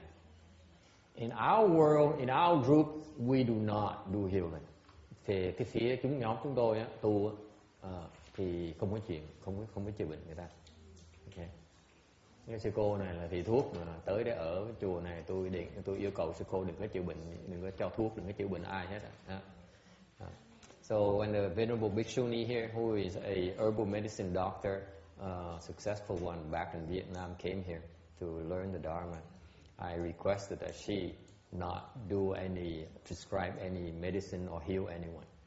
Okay, I broke that. I made an exception last weekend when we visited a Hershang, and I allowed her to give him a prescription. Cái duy nhất lần đầu tiên mà tôi miễn cho sư cô đó là tới thăm hòa thượng đằng chùa Bô Sa, tôi thấy hòa thượng bệnh quá, thành tôi mới yêu cầu sư cô cho ông ta thuốc giúp ông. Là cái trường hợp duy nhất thôi, chứ còn chúng tôi không có chữa bệnh. We don't do healing. Because I know of people, có những người sư cô. I'll tell you the story of a bhikshuni who once wanted to teach me how to do healing. Lúc mà tôi còn mới thọ trì khao giới ở chùa Việt Nam á, có sư cô đệ tử của ngài Hiền Thi. She is a disciple of a famous Vietnamese Hershang who passed away in Europe. Okay, and she came and visited us when I became a fully ordained bhikshu, and she took a liking to me, and she said, you know, I heal a lot of people. Sư cô mới kể, bỏ nhỏ cho tôi. Sư cô nói rằng này, thầy có biết không? Tôi chữa nhiều người lắm, including my own teacher. I healed him. Ngay sư phụ tôi cũng ngay ngày Huyền Vi tôi cũng chữa cho ông. Okay. So would you like to learn how? Sư cô mới nói là thầy có muốn học thuyết pháp tôi chữa bệnh không? Tôi nghe đó được học pháp môn chữa bệnh, mà chữa bệnh trong cái nghề của mình là làm tiền, đúng không? Chữa bệnh là mình xây chùa, xây nhà thờ để ở. So in our world, if we have the healing powers, we can build a lot of temples, a lot of, you know. So I was excited. I said, please teach me. Mà hồi đó mình tỳ kheo, mình không có ngại chuyện tỳ kheo, yêu cầu tỳ kheo đi dạy, vẫn yêu cầu sư cô dạy như thường. So I requested her to teach me. They said, very easy, I will teach you. Sư cô mới nói, dễ lắm thầy ơi, tôi làm cái này cam đoan mấy thầy, tôi làm khi nào nó có hiệu nghiệm. It works for me every single time. Would you like to know? Muốn học không? Muốn biết không? I say yes. Biết chứ, muốn học chứ. Hồi đó tôi còn trẻ, tôi nghĩ mình mà chữa bệnh được là chắc chắn sau này cái chùa mình nó lớn không thể tưởng được. At that point in time, I saw dollar signs in my eyes. Okay, I said, big temple. That's my potential. I said, please teach me. Sư cô dạy dùm đi. So she taught me the Dharma. Sư cô dạy tôi cái pháp môn chữa bệnh. Okay, now, do you want to learn? Giờ quý vị có muốn học cái pháp môn nữa không? Đó là pháp môn của tôi học rồi. Bây giờ quý vị muốn tôi truyền lại hay là không? Would you like to learn now? Sư cô muốn học lại không? Không cần bắt mạch. I'm asking the herbal medicine doctor here. He said, you don't need to go and feel people's pulse. Yeah? No need to. Okay. Chồng quá. Yes. Is this one of your Hollywood scripts? No. This is a true story. John, give me a break. Ông này, thầy ông hỏi, thầy mới đặt chuyện ra sao? Nó không có đâu, tôi nói sự thật. Tôi mà sao? I usually don't tell stories. Do I? You do. I do. Okay. Sometimes, but not right now. Okay. Cái này sự thật. Đâu tôi kể chuyện xạo thôi chứ còn bây giờ tôi kể chuyện sự thật. This is not from a movie. This is what happened to me. Okay. This is very personal to me because I tell you, I admit to you, when I first started, my aspiration was to have a huge temple. Bởi vì cái chuyện đó nó thấm thía đối với tôi lắm. Tại hồi lúc tôi bắt đầu tu đó, mới bắt đầu tỳ kheo giới, không biết mấy quý vị sao á, quý thầy, quý sư cô sao ấy. Chứ tụi tôi khi mà thọ tỳ kheo giới rồi, cái tự nhiên mình thức tỉnh mà thấy rồi, cái trọng trách mình nó lớn quá, mình phải làm gì chứ xứng đáng được thọ cái lon này chứ. You have to realize that when we first become fully ordained, level people, monks and nuns, there's a lot of pressure on our shoulders. We need to do something to deserve the trust that's placed on our hands, on us. Okay? So the majority of us would then naturally strive to build huge temples, have a lot of disciples, so that in the name of propagating the Dharma. Thành phần lớn những thầy các cô, không biết mấy thầy mấy cô sao, tôi biết cái tâm tôi lúc đó, tôi nổi cái mình muốn ao ước có cái gì đó mình có thể cơ hội để mình xây cái chùa cho lớn, mình có thật nhiều Phật tử để mình độ rất nhiều người. Okay? Nói cách khác cái đó là gì? In other words, what is that? Tham. Greed. Tham. Bậc tiện. Nhỏ nhen. Như vậy sao mà làm được chuyện? When you're that greedy, what can you do? Remember, this is not, you see, we level people, meaning we are away from worldly pursuits. We're not in this for the sake of creating worldly results. Phải nhớ rằng chúng tôi mà cào đầu đi, mà khoác cái áo này lên đó, là để không phải là vì màng những cái chuyện thế sự, mà lo chuyện thành công thế sự của thế gian, mà đây là để mà tu. So I was reading and I said, okay, this is wonderful. Now I know how to make a big temple. Xong khi tôi nghe pháp môn rồi tôi nói, giờ mình có pháp môn này, mình sẽ xây được cái chùa lớn này, xong rồi. Vậy là mình có cái hy vọng làm xong cái công tác mình rồi. So I have a chance to succeed now as a monk. Because she is building a big temple. Sư cô đó, vì cái chùa sư cô bên Ấn Độ lớn lắm. Her temple in India is a huge one. Huge temple. Sư cô muốn nghe cái pháp môn đó không? Sư cô Phước Từ muốn nghe pháp môn đó không? I'm asking the Bhikshuni here, would you like to hear about that Dharma? Không nghe. They're no fun. These guys are boring. Excuse them. Suspense is killing me. I still smell the movie.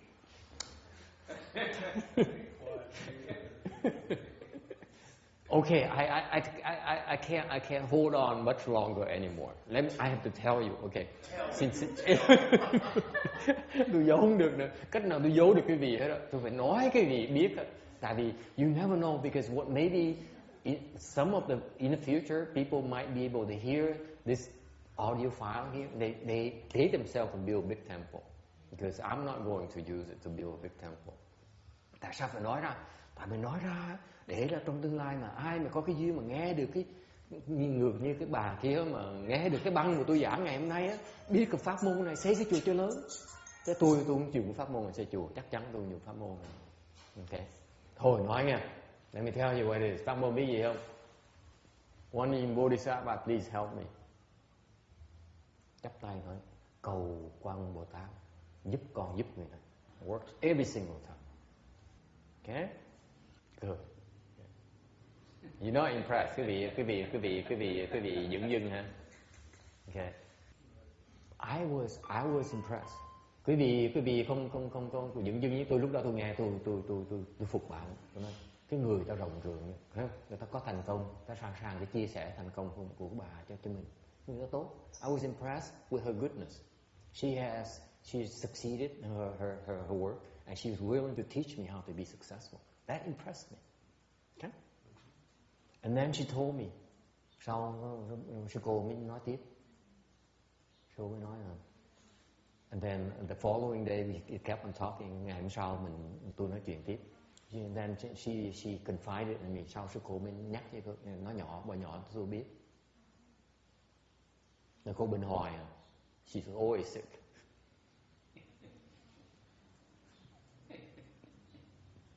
Bệnh hoài. Cứ bệnh cứ cảm rồi cúm rồi đau này đau nọ. She does not understand why. Muốn hiểu tại sao này. Tôi nghe một cái tôi vỡ lẽ, tôi nói thôi tôi không xài cái này đâu. Tôi không ham chùa đâu, tôi không ham đệ tử tôi không ham tiền đâu, tôi không ham tiếng đâu. As soon as I heard it, I said, a light bulb went off my head saying, that's it. I don't want any big temple. I do not want a disciple. I do not want any money. I do not wish for fame. This is not for me. Okay. Cái chuyện tôi nói là sao? Cái ngụ ý tôi nói là cái chuyện chữa bệnh là chuyện can thiệp người ta. Cái ân oán giang hồ đừng giải quyết với nhau. Mình chạy vào, mình chữa người ta, mình đừng can thiệp với chuyện giang hồ người ta. Là người ta quay, người ta cắn mình lập tức. Cẩn thận cái chuyện chữa bệnh, chuyện giúp người ta, cẩn thận chuyện đó. A Di Đà Phật bạch thầy, điều thầy nói thầy không quan, nhưng mà chính là điều thầy nói là thầy quan. Là vì thầy con nghĩ như thế này, nếu mà thầy nói là thầy, nếu mà bảo bây giờ đi tu rồi khuyên Phật tử để xây một cái chùa là tha, nhưng mà con nghĩ lại ngược lại, là vì nếu như sư cô con không có những người giúp đỡ, không có cái chùa này, thầy không phải là tu cho thầy, mà thầy tu cho thầy và thầy tu cho tất cả chúng sanh, nên thầy mới ngồi đây giảng pháp truyền đạo cho tất cả chúng sanh. Nếu như không có sư cô con đâu có tham, có cái nơi để thầy ngồi truyền pháp mà thầy tu cho thầy, mà thầy tu cho tất cả chúng sanh. Do vậy cái chuyện mà làm chùa, nếu như mà xây thật đẹp rồi làm thật ấy thì mới là tha. Còn chỉ có một cái nơi để cho người tu và tu cho mình, chính mình mà lại tu cho tất cả chúng sanh như thầy bây giờ, thì điều đó con nghĩ không phải là tha. She begs to disagree with me. She says, the fact of the matter is you need a temple to speak Dharma, and with this temple here, we're able to listen to your Dharma. Therefore, there's nothing wrong with building a temple or asking people to help you build a temple by temple. It's only when you want to go for a big temple or a splendid temple that's really great. Tôi không đồng ý với bạn. I disagree with her. I think the bigger temple the better. Bây giờ tôi đổi ý rồi. Tôi cái chùa càng lớn nhà tôi càng tốt hơn. Chùa nhỏ tôi không thích. I want bigger temple. I don't want small temple. Con nói là giống như thầy nói là thầy tu nhưng mà thầy chỉ nghĩ là everything thầy không qua. Nhưng mà bây giờ con thấy thầy qua là vì thầy chính tu cho thầy, mà thầy lại tu cho tất cả chúng sanh, nên thầy mới ngồi trên đó để truyền lại những cái gì thầy đã tu được, để thầy cho chúng con cũng là những người biết tu. Nên nhưng nếu không có cái ngôi chùa này thì thầy đâu có chỗ ngồi. Thầy có thể ngồi ngoài sân, nhưng mà nếu mà trời nắng thì ok, trời mưa thì bọn con đâu có ngồi được. Trời mưa thì đi qua Sine, để mà nghe thầy giảng đạo. thì vào ra Sine qua. Tôi kể chuyện toàn chuyện Sine không bác vậy. Họ Sine với TV không? Có được thầy. Cái này. She says, you know, but you need a temple. Suppose it's when it's sunny, then you can sit outside, and if without a temple, you can sit outside and speak Dharma. What if it rains? I said, it rains, we go to a movie theater and watch a movie. I don't have to tell you about the movie anymore. You like movies. Bác không biết, tại ít nghe, mỗi lần tới nghe tôi kể chuyện cine không á, TV cine không á. Ngày hôm qua mới dụ học trò tôi đi quay hội vận cầu thế giới đó, nó phải coi cái đó hay lắm. Nhưng mà nếu không có cine của thầy thì bọn con đâu có biết được cái gì về đạo. I'm making fun of you. I'm making fun of you. Tôi đang chọc bác thôi. Cái đó là cái lời nói thôi. Cái khổ là như vậy này. Cái đó là cái ngụy biện mà tất cả mọi người đều phạm vào cái đó hết. Cái nói là tôi làm này để tôi làm về Phật pháp, tôi làm cho người khác, nhưng mà tôi làm cho tôi. Thì ra sao? Chưa chắc à. Thế là chưa chắc à. Nói ngon vậy thôi, nghe hay dễ sợ, nghe cao thượng dễ sợ. Tôi chưa chắc, tôi không tin cái chuyện đó. Tôi không tin. Nói thiệt vậy. Mấy người nói thì tôi không tin. Mấy người nói tôi đòi cái chùa lớn ngay lập tức, đưa chùa lớn tôi qua thử có thích hơn không? Đương nhiên thích hơn rồi. Đưa chùa lớn không thích hơn mới là tin, chứ còn đưa chùa lớn không thích hơn. Tôi nói thẳng bây giờ, đưa chùa này tôi không thích, tôi thích chùa lớn hơn.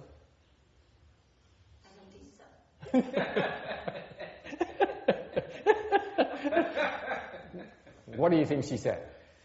I don't know, that's pretty funny.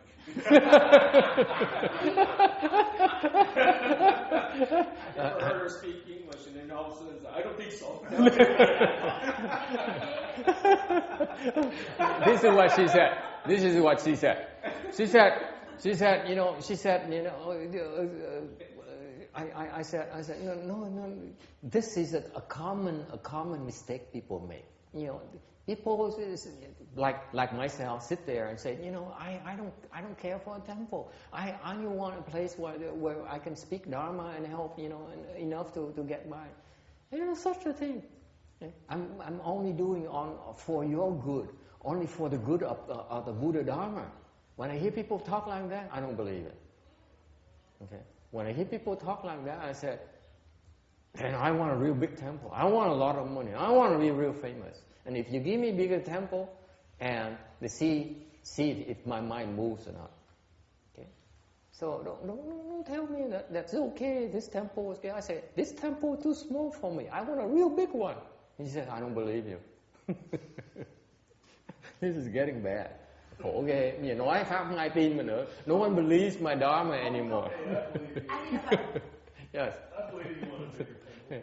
Anh là Phật, tại những cái điều thầy giảng, thầy nói vừa rồi là có thể là có cho những các vị sư khác, nhưng riêng vì đối với những lời pháp của thầy thì con thấy con không lý là thầy sẽ luôn luôn nghĩ về chùa lớn và nghĩ về tiền tài. Đó là cái điều mà con sẽ nói. I don't believe it. Là vì chính riêng tâm của thầy là một cái tâm đạo của cho tất cả những người đã ngồi đây, nếu những người nào có đủ duyên này mới được nghe. Thiệt bác hên là bác chưa nghe cái ngày hôm qua cái họp của tôi Mexico, từ cái suối Mexico, sao cô không kiếm được không, cúng tiền nhiều hơn tôi. I said she still insists that I have a mind of I have lofty goals. I say no such a thing. If you were present yesterday in our staff meeting, I was asking the other nuns, how come you're not asking your supporters to give me more money so that I can build a bigger temple? Never mind. Yes, John. You know, you run the possibility with a bigger temple getting more disciples like me, you know, so that would be a bad Yeah. No thanks. No thanks. Ông nói cái chùa lớn chừng nào cần có nhiều đệ tử chừng đấy, mà đệ tử như loại như tôi á là tai hại lắm. Ông nó đồng ý, tôi không muốn thêm đệ tử. Definitely not. Okay. Anyone else? Okay. Cái khổ lắm.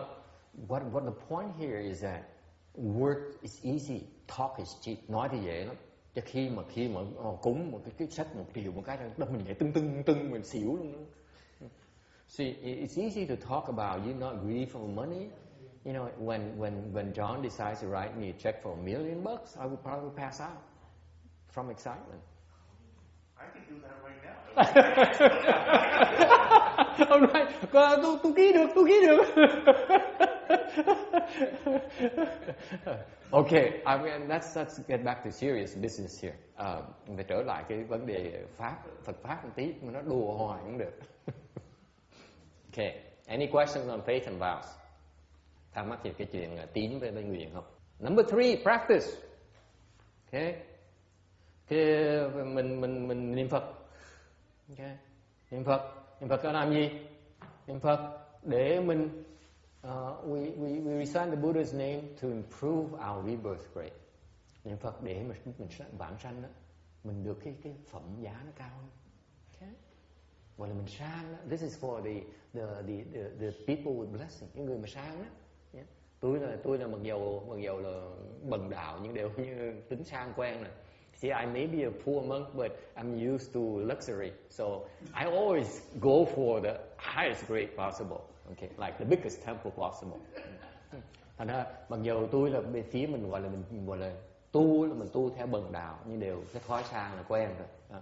Thành ra mình mua chùa thì lớn thiệt lớn, mà đẹp thiệt đẹp, chứ còn từ nhỏ không thích. Còn vãng sanh cái thường phẩm, vãng sanh mà phẩm thấp không chịu, không chịu. Okay. And you practice reciting the Pureland Dharma door to enter samadhi, để mình niệm Phật để mình nhập tam muội. Okay. Khi mình niệm Phật nhập tam muội rồi thì mình chắc chắn được vãng sanh. When you're able to enter the Buddha recitation samadhi, you are definitely guaranteed to obtain rebirth. You can help yourself. Tức mình tự lo cho mình được. Thì lúc đó mình mới bắt đầu có thể tiếp tục tu để có sức để giúp cho người khác. Then, once you're able to help yourself, then you continue to cultivate and develop the ability to help others. Okay, questions? Ai thắc mắc gì không? Dạ, con có chuyện này kể cho thầy nghe là ông xã con với con ít khi nào mà cùng chung một quan điểm. Thành ra khi mà ông lái xe cho con thì con quyết định con nói là tu nhất phút ngộ nhất thời, và ông tu là ông thành ma, còn bà tu là tà là thành Phật. Thì con có cười lên vậy đó, rồi xong cái tối con nằm ngủ, tối hồi đó con còn đi học Pureland, con lấy cái association degree á, con mới nói vậy là con tối con ngủ, mà ông chồng con thì ông ở riêng, thành ra con mới gặp được giác ngộ là con có nghe tiếng niệm Nam Mô Di Đà Phật của ông Phật Tám, ông trên tay con á, thì ông đưa trong lỗ tai con. Phật Tám là ai? Ông thầy Tám là một. Ông Tám rồi hả?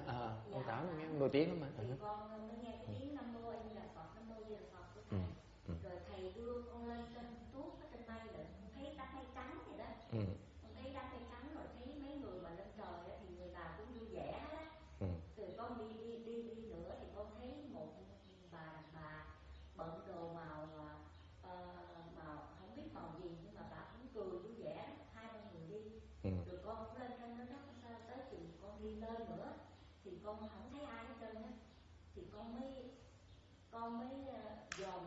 dòm xuống dưới đất á, thì con thấy chồng con kiếm con.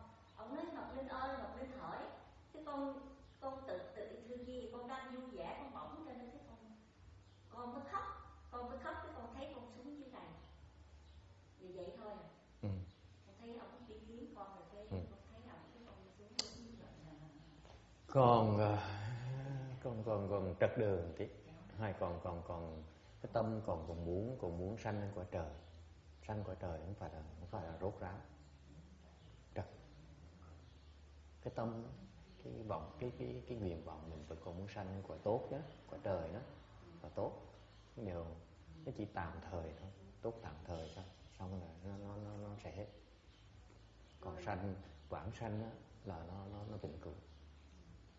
Thành ra cái đó là cái thiếu cái sự hiểu biết đó. Ông Tám dạy bác hơi trật một tí.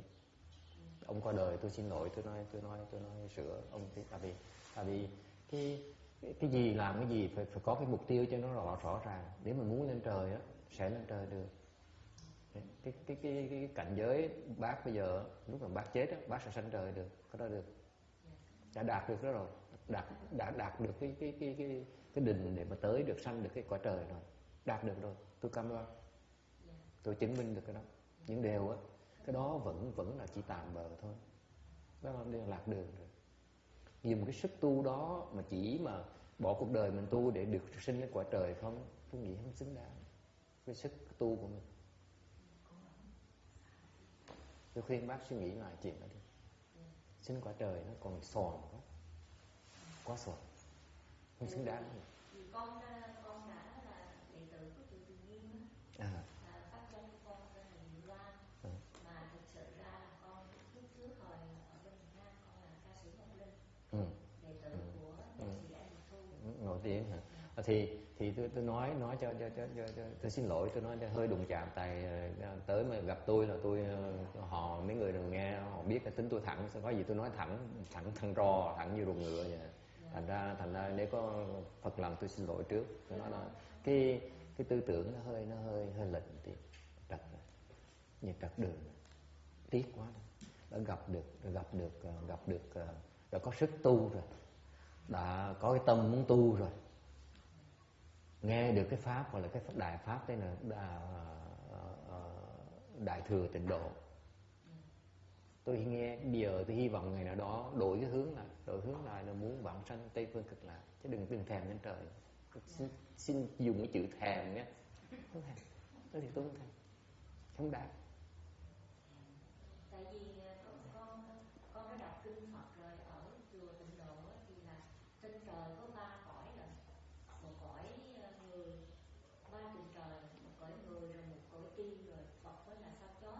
Và muốn thành Phật phải cả Đức Phật Thích Ca phải trải qua tới 1000 kiếp mới trở thành Phật. Thành ra muốn trở thành Phật cũng tùy với rất giải. Bởi vậy nếu mới có thì giờ nó không dễ đâu, như đều mấy cái đó là trật hết rồi. Không biết đọc kinh nào đọc cái kinh tầm bậy, đừng có đọc là kinh nữa. I'm keep on correcting her because she keeps on quoting the wrong sources of scriptures, Buddhist scriptures, and she follows a certain, she belongs to a different temple and that kind of thing. I'm saying nó trật nhiều lắm. Thành ra nếu mà có duyên á, nghe hết tất cả những kinh Tịnh độ mà tôi giảng, hoặc là đem nhìn cái kinh Tịnh độ mà ông Tiên Hóa giảng á, nó chính xác hơn tí. Còn mấy cái bác mà đọc đó là cái Tịnh độ nó hơi trật, cái đó nó lệch quá, không đúng. Cái đó là đốn ngộ. Tu có đốn ngộ, nhưng đừng muốn tới đốn ngộ có tiền ngộ. Đâu có chuyện đốn ngộ như khơi được. Trật nhiều lắm, mà không có thì giờ nói từ từ. Tại vì lâu quá rồi. Tôi chỉ xin phép là nhắc lại là cái tư tưởng nó trật nhiều lắm. Tại phải sửa lại, tại vì cái khuynh hướng nó trật như vậy á, cái quả, cái nhân nó trật như vậy, cái quả nó không được tốt. Đáng tiếc lắm. Cái nhân á, trồng phải nhân chứ đúng nhân á, thì cái quả nó mới quý được. Đồng ý không? Tôi nhắc cho biết rằng cái nhân nó trật rồi, tư tưởng nó trật rồi. Sửa đi, chưa trễ đâu. Có sức mà đi trật đường rồi. It's a long one because she is I was quite blunt with her. She mentioned a lot about her state of cultivation, her aspiration. I said, your aspiration and your goals are misguided. I was very blunt about it. And I apologized for that. I said, that's the only way I know of to speak Dharma. I speak my beliefs. I speak my truth, my ignorance, depending on who you ask. But I recommended her that she listened to Master Hsuan Hua's Pureland teachings. Kiếm cái sách mà ngài Kim Hóa giảng về cái Phật thuyết A Di Đà kinh đó. Nghe cái đó là cho trời, đọc cái đó lại. Mà đọc hiểu tiếng Anh không? Đọc tiếng Anh tốt hơn tiếng Việt. Tiếng Anh nó chính xác hơn tiếng Việt một tí. Tiếng Tàu còn hay hơn tiếng Anh. 3 trình độ khác nhau. Tiếng Việt á thì thấp hơn tí. Tiếng Anh hay hơn tiếng Việt nhiều. Tiếng Tàu nó hay hơn tiếng Anh nhiều. Anyway, so I gave her I referred to Master Hsuan Hua's explanation of the Amitabha Sutra, okay, to help her adjust her bearings. Okay. Practice. Okay. Any question? Ai thắc mắc gì về ba cái phần này không? Faith, vows, and practice. These 3 aspects. Have any questions? Tín, nguyện và hành. Marshal the forces. Resources. Align the resources and dedicate them. Today is last day of Kobe 49 day. Ngày hôm nay là ngày cuối cùng, ngày cuối cùng, cái tuần cuối cùng, tuần thứ 7 của 49 ngày của cái người mới qua đời cách đây 7 tuần. So Kobe passed away 7 weeks ago, approximately.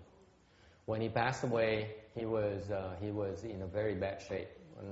7 tuần trước khi mà ông qua đời, ông bị tông xe, ông bị cảnh sát bắn chết. He was very bad shape, and cách đây 7 tuần, cái này là đăng trên báo Orange County đó. Ông là người Đại Hàn, gia đình cha được con nuôi của gia đình người da trắng. So I don't remember the article exactly, but basically, what does it say, Randy? He said that he was driving against traffic in excess. Lái xe đi ngược đường. In excess of 100 miles an hour. Hơn 100 mile. North on Pacific Coast Highway. Pacific Coast Highway. I know it's in Orange County. I'm not sure if it was Laguna Hills or Niguel or something like that. Yeah, cái vùng Laguna Hills. Người giàu. Hút vào 5-6 chiếc xe.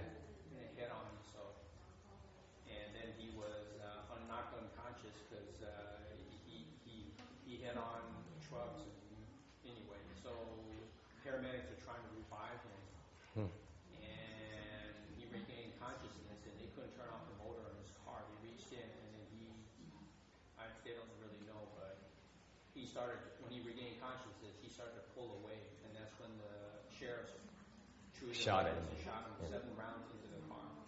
Thì ông hút xe, ông bị ngất rồi, xong rồi cảnh sát tới thức tỉnh ông lại, thì ông tỉnh một cái, ông bật máy rồi ông chạy, lái xe ông chạy đi, cảnh sát lấy súng bắn, ông bị trúng đạn chết.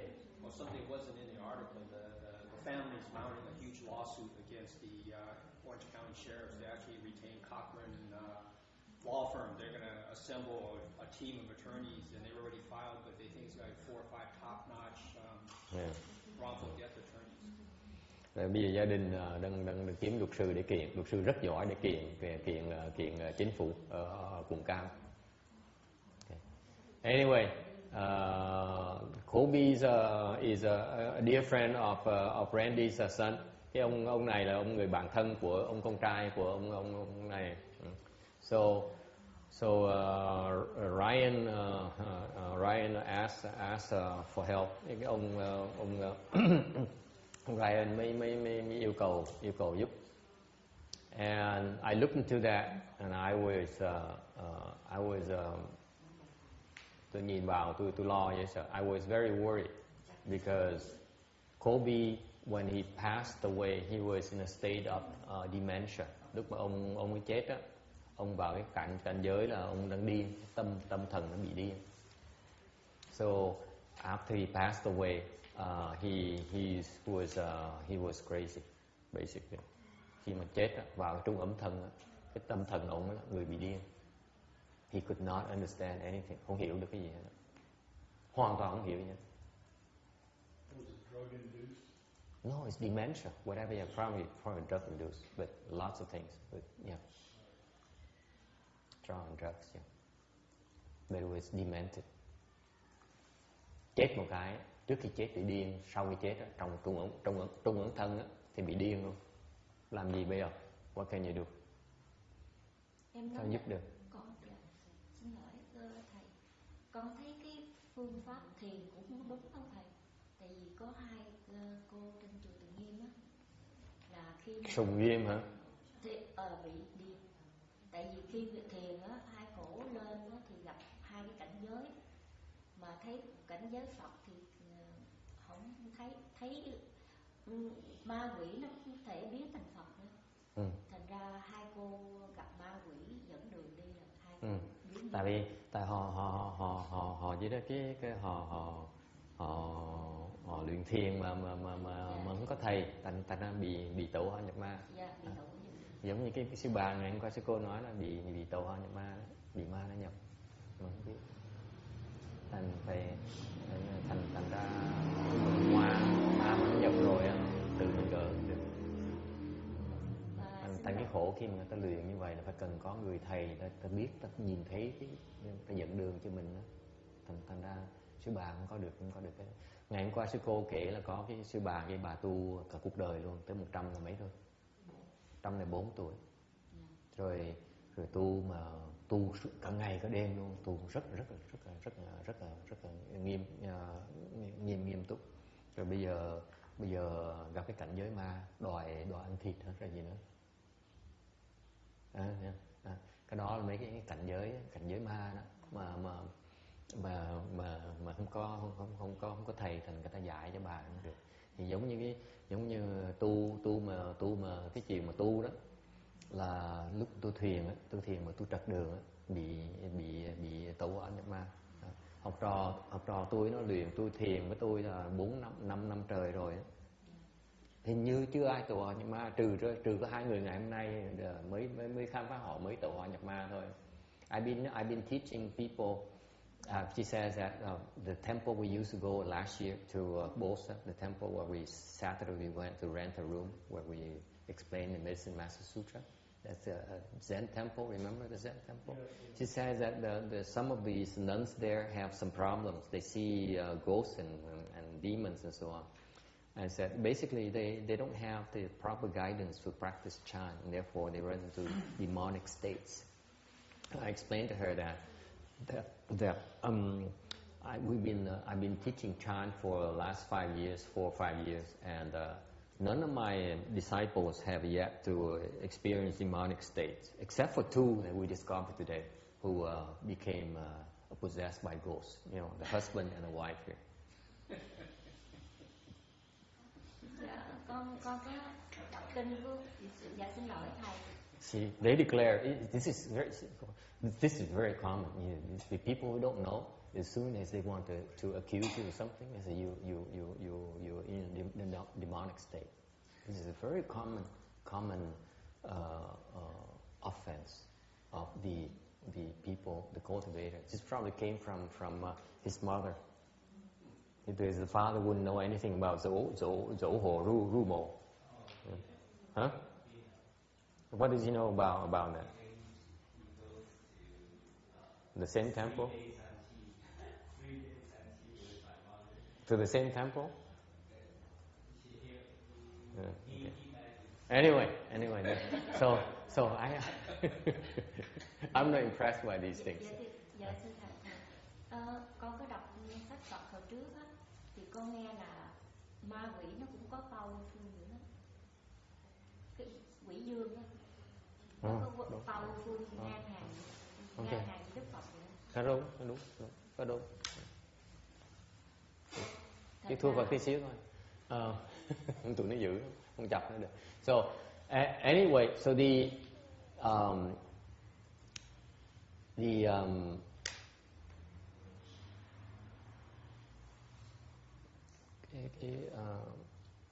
I don't know where man. Quên bây giờ biết lớp mình ở đâu. Hả? Oh yeah, the 49 days. Yeah. Anyway, so when I looked into that, I said maybe I should decline this thing here. It's not too late yet. Khi mà the check has not been cashed yet. Khi mà ông yêu cầu tôi làm cái chuyện này thì tôi chắc là tôi nói thôi chắc mình từ chối, tại vì nó điên rồi sao mình làm gì được nữa, hết chuyện rồi. The guy is crazy. What can you do? There's no way to talk sense to him. Remember these things. Quý vị nghe nhớ không? Cái người này người ta điên rồi, cái trạng thái điên rồi. Mình đã có thể, người ta không có lòng tin này. He has no faith. He's not willing to go to Western Bliss Pureland. Okay? What can you do? Quý vị thấy không? Nó không tin. Nó không phải như dân đạo Phật bên tịnh độ. Nó điên, làm sao mình dụ nó nữa, nó cũng đâu có chịu đâu, nó đâu có hiểu đâu. Làm sao mà làm gì được cho nó? So can you do? What?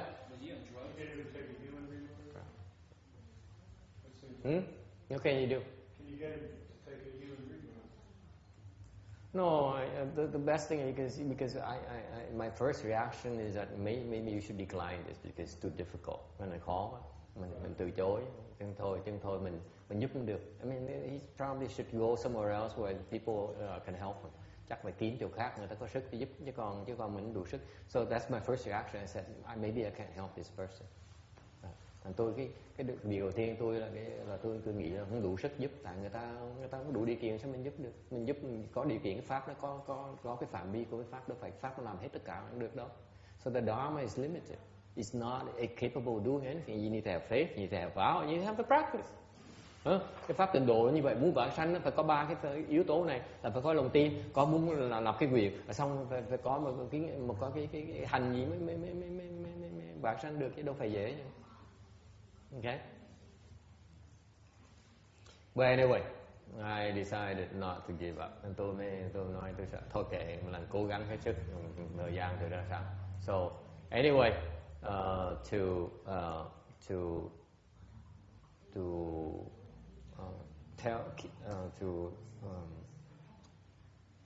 to briefly summarize the story. Basically, what had to be done, thành quyết là thiền ra, cái này nó hơi ngoài cái phạm vi của pháp vãng sanh một tí. So this is beyond the realm of the Pureland Dharma door. Agreed? Right? This guy is crazy. Cái này cái hoàn cảnh nó khó khăn, nó tại cái người này nó điên rồi. Okay? Không phải cái pháp thông thường vãng sanh mà giúp được. Cái ngoài cái phạm vi pháp vãng sanh rồi. So what happened is that I need to change the domain to a Pureland domain. Thành việc mình làm phải biết đầu tiên, muốn làm giúp là phải đổi vào cái phạm vi của vãng sanh. Đúng không? So therefore I had to take care of his dementia. Tức là phải làm, phải gỡ cái điên của nó. So it took some time to resolve the dementia thing. Sau thời gian thì nó hết đi.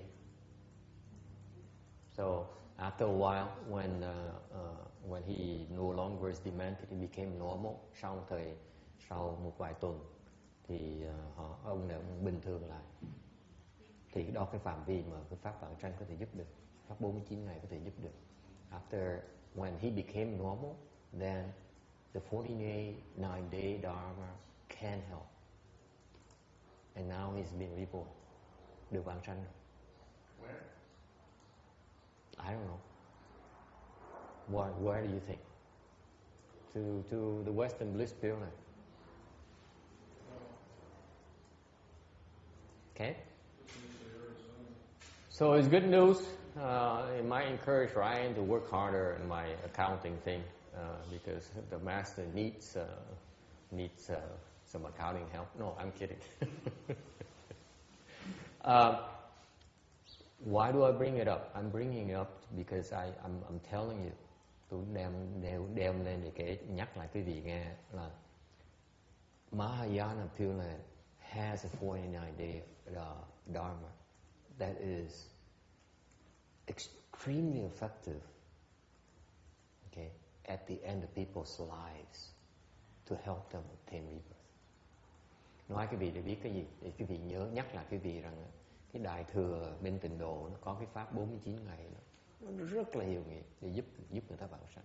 Trong 49 ngày đó là cái cơ hội rất là tốt để giúp người ta vãng sanh. As far as I know, that 49-day window period is the best time period to try to obtain rebirth. Beyond that, it's very difficult. Sau 49 ngày đó rồi, nó khó lắm, hoàn toàn mất tự chủ. There's so many more variables. Okay. Sau 49 ngày rồi nó có nhiều cái yếu tố khác để thành cách nào mình còn cái tự chủ nhiều như cái cơ hội không tốt bằng lúc trong 49 ngày.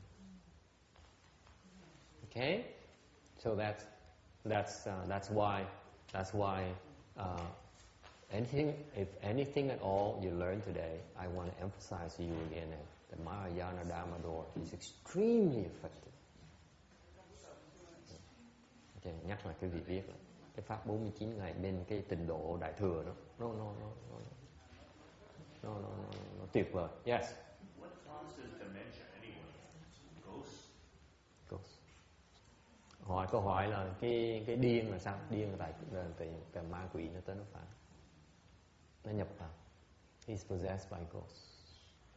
So that's why it's beyond the Pureland thing, because before the Pureland Dharma can intervene, they have to resolve that problem first.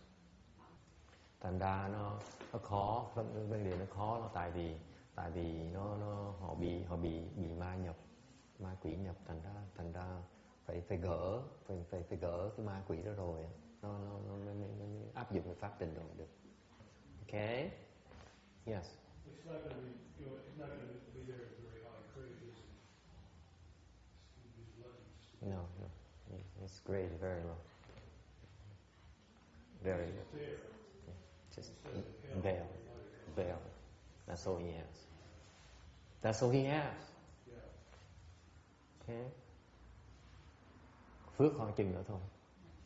Okay. Any other questions? Có thắc mắc gì không? Dạ thưa thầy, con nghĩ là cái bệnh những người mà bị bệnh điên á, là có thể là họ trả những cái gọi người ta nói là luân hồi đó, họ trả quả những cái kiếp trước, họ dùng cái đầu óc của họ để họ hại những người khác đó, thành ra kết quả đó trở lại lần cho họ kiếp này họ bị điên là họ những cái tiền kiếp trước của họ đã làm những việc ác để hại người đó, thành ra họ mới bị phải trả cái quả điên. Giống như là trong kinh con đã đọc thì một cái hình như là một vị Phật kiếp chót mà bị một đám người tới đặng hình như là 2 người thường dân lợi đặt cho Đức Phật chết.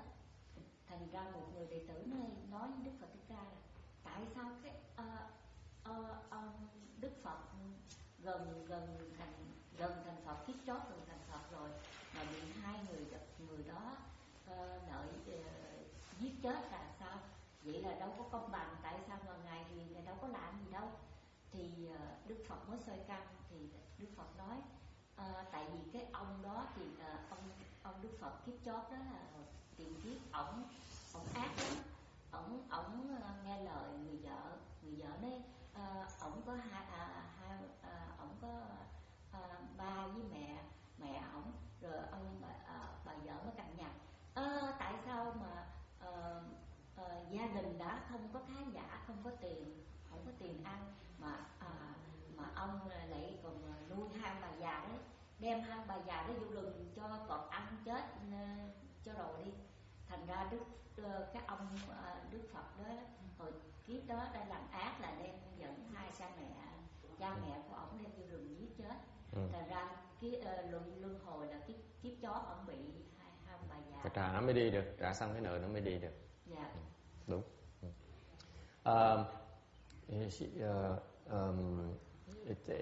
She made a comment about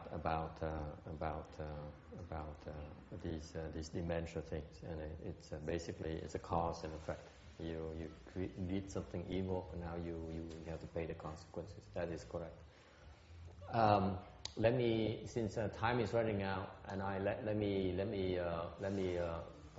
put it this way. Nói cái gì bị sắp hết thì giờ rồi. Nói cái gì cho rõ ràng. Okay. This rebirth dharma, the nature of rebirth dharma is this. Cái pháp vãng sanh nó như vậy nè. Okay.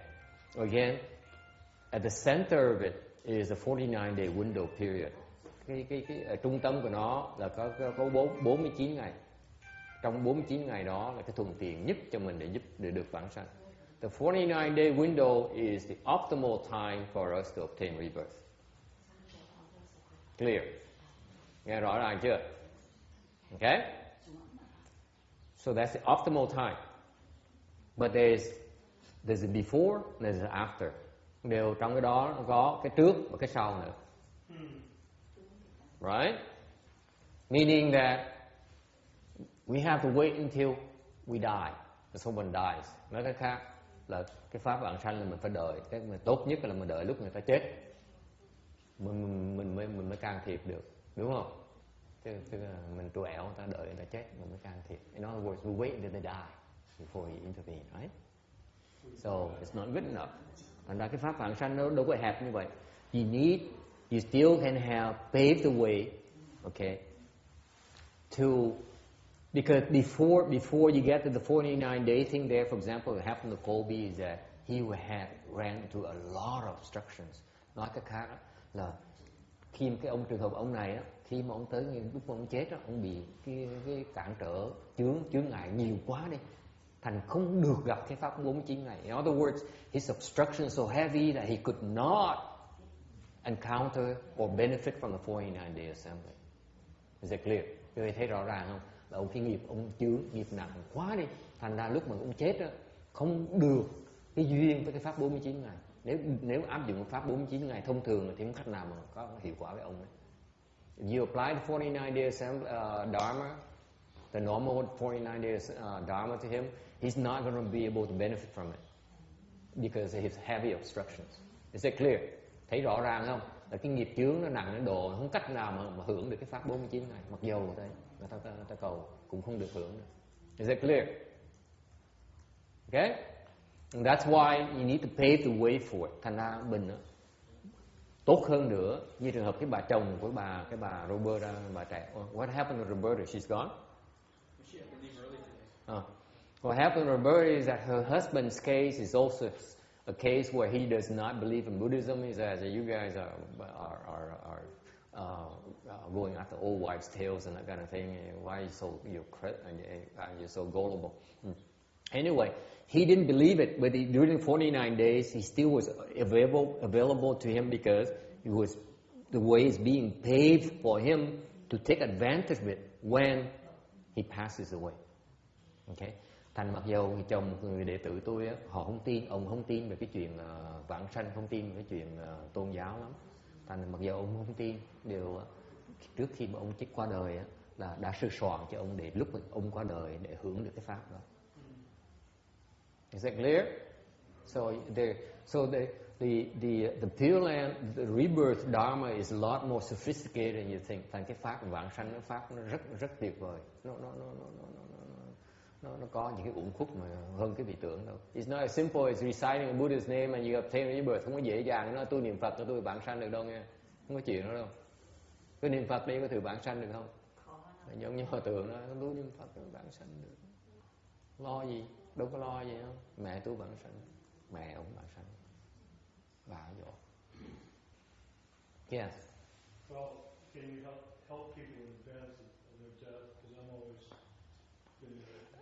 And this is why our Pureland approach is different from the existing Pureland approach. Bởi vì cái pháp vãng sanh của mình nó khác cái pháp vãng sanh thông thường người ta. Thông thường người ta phải đợi chết rồi người ta mới giúp được. Because typically the typical Pureland approach is that you have to wait until you die before they can do anything about it. And by then it's too late. That's Kobe's example. It's too late. Okay?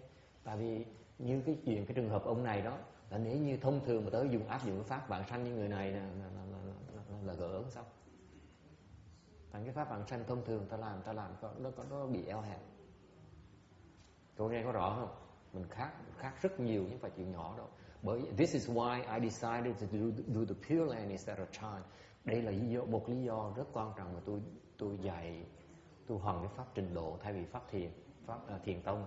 Tại vì cái pháp môn trình độ nó còn chưa đủ, nó còn sơ khuyết nhiều quá. Okay? All right.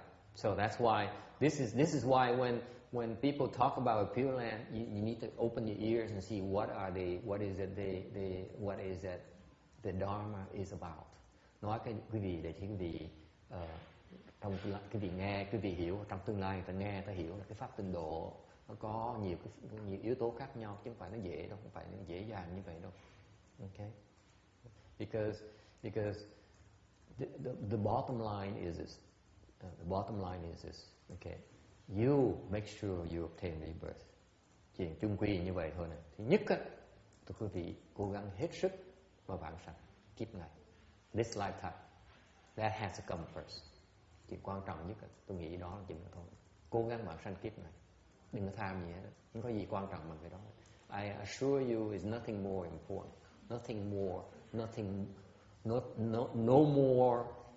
Nothing more important than this as an objective. This lifetime for you. Okay? And for me, for us. Okay?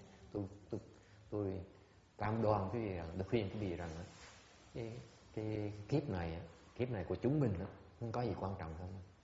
Okay? So try to go for rebirth this lifetime. Thì cố gắng hết sức.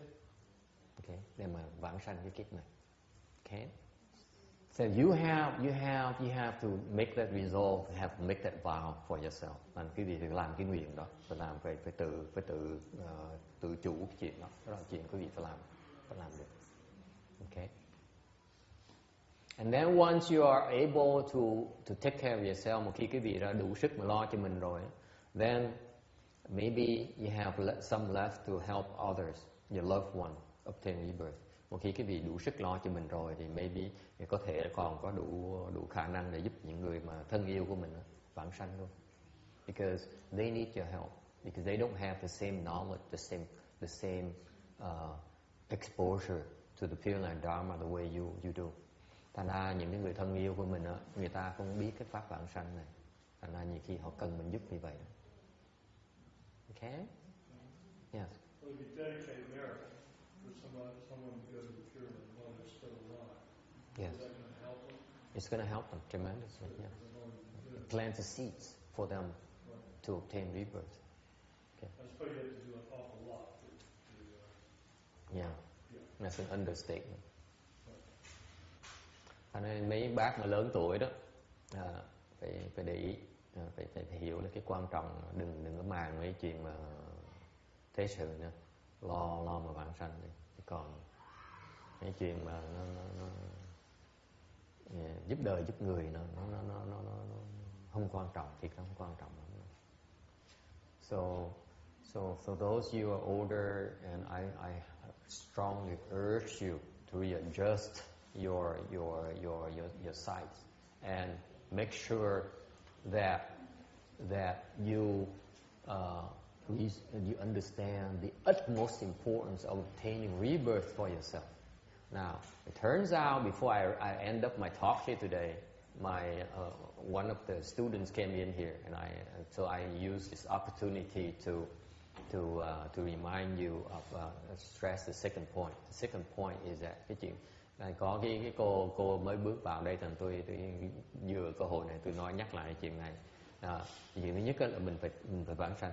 You have, first of all, I remember you need to resolve for obtain rebirth this lifetime yourself. That has to come first. Phải nhớ là Mục tiêu mình ao ước, nguyện vọng mình là muốn được vãng sanh kiếp này.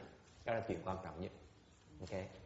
And then next then you find a way to help your loved one obtain rebirth. This lifetime. Cái thứ nhì, mình dùng cái duyên bỏ sức ra để mình giúp những người thân yêu của mình được vào sanh kiếp này. Because you need to believe it yourself before you can help them. Quý vị phải tin cái chuyện đó, quý vị mới giúp họ được. Okay? This is your chance. Đây là cái duyên của quý vị. Alright. Questions, comments? Có ai có ý kiến hay là có muốn nói gì không? If you have no questions or comments, we can stop here today. Không có gì thì mình có thể ngừng ở đấy. So we can stop here today and transfer the merit and virtue to Colby for the last time. Send him off for the last time.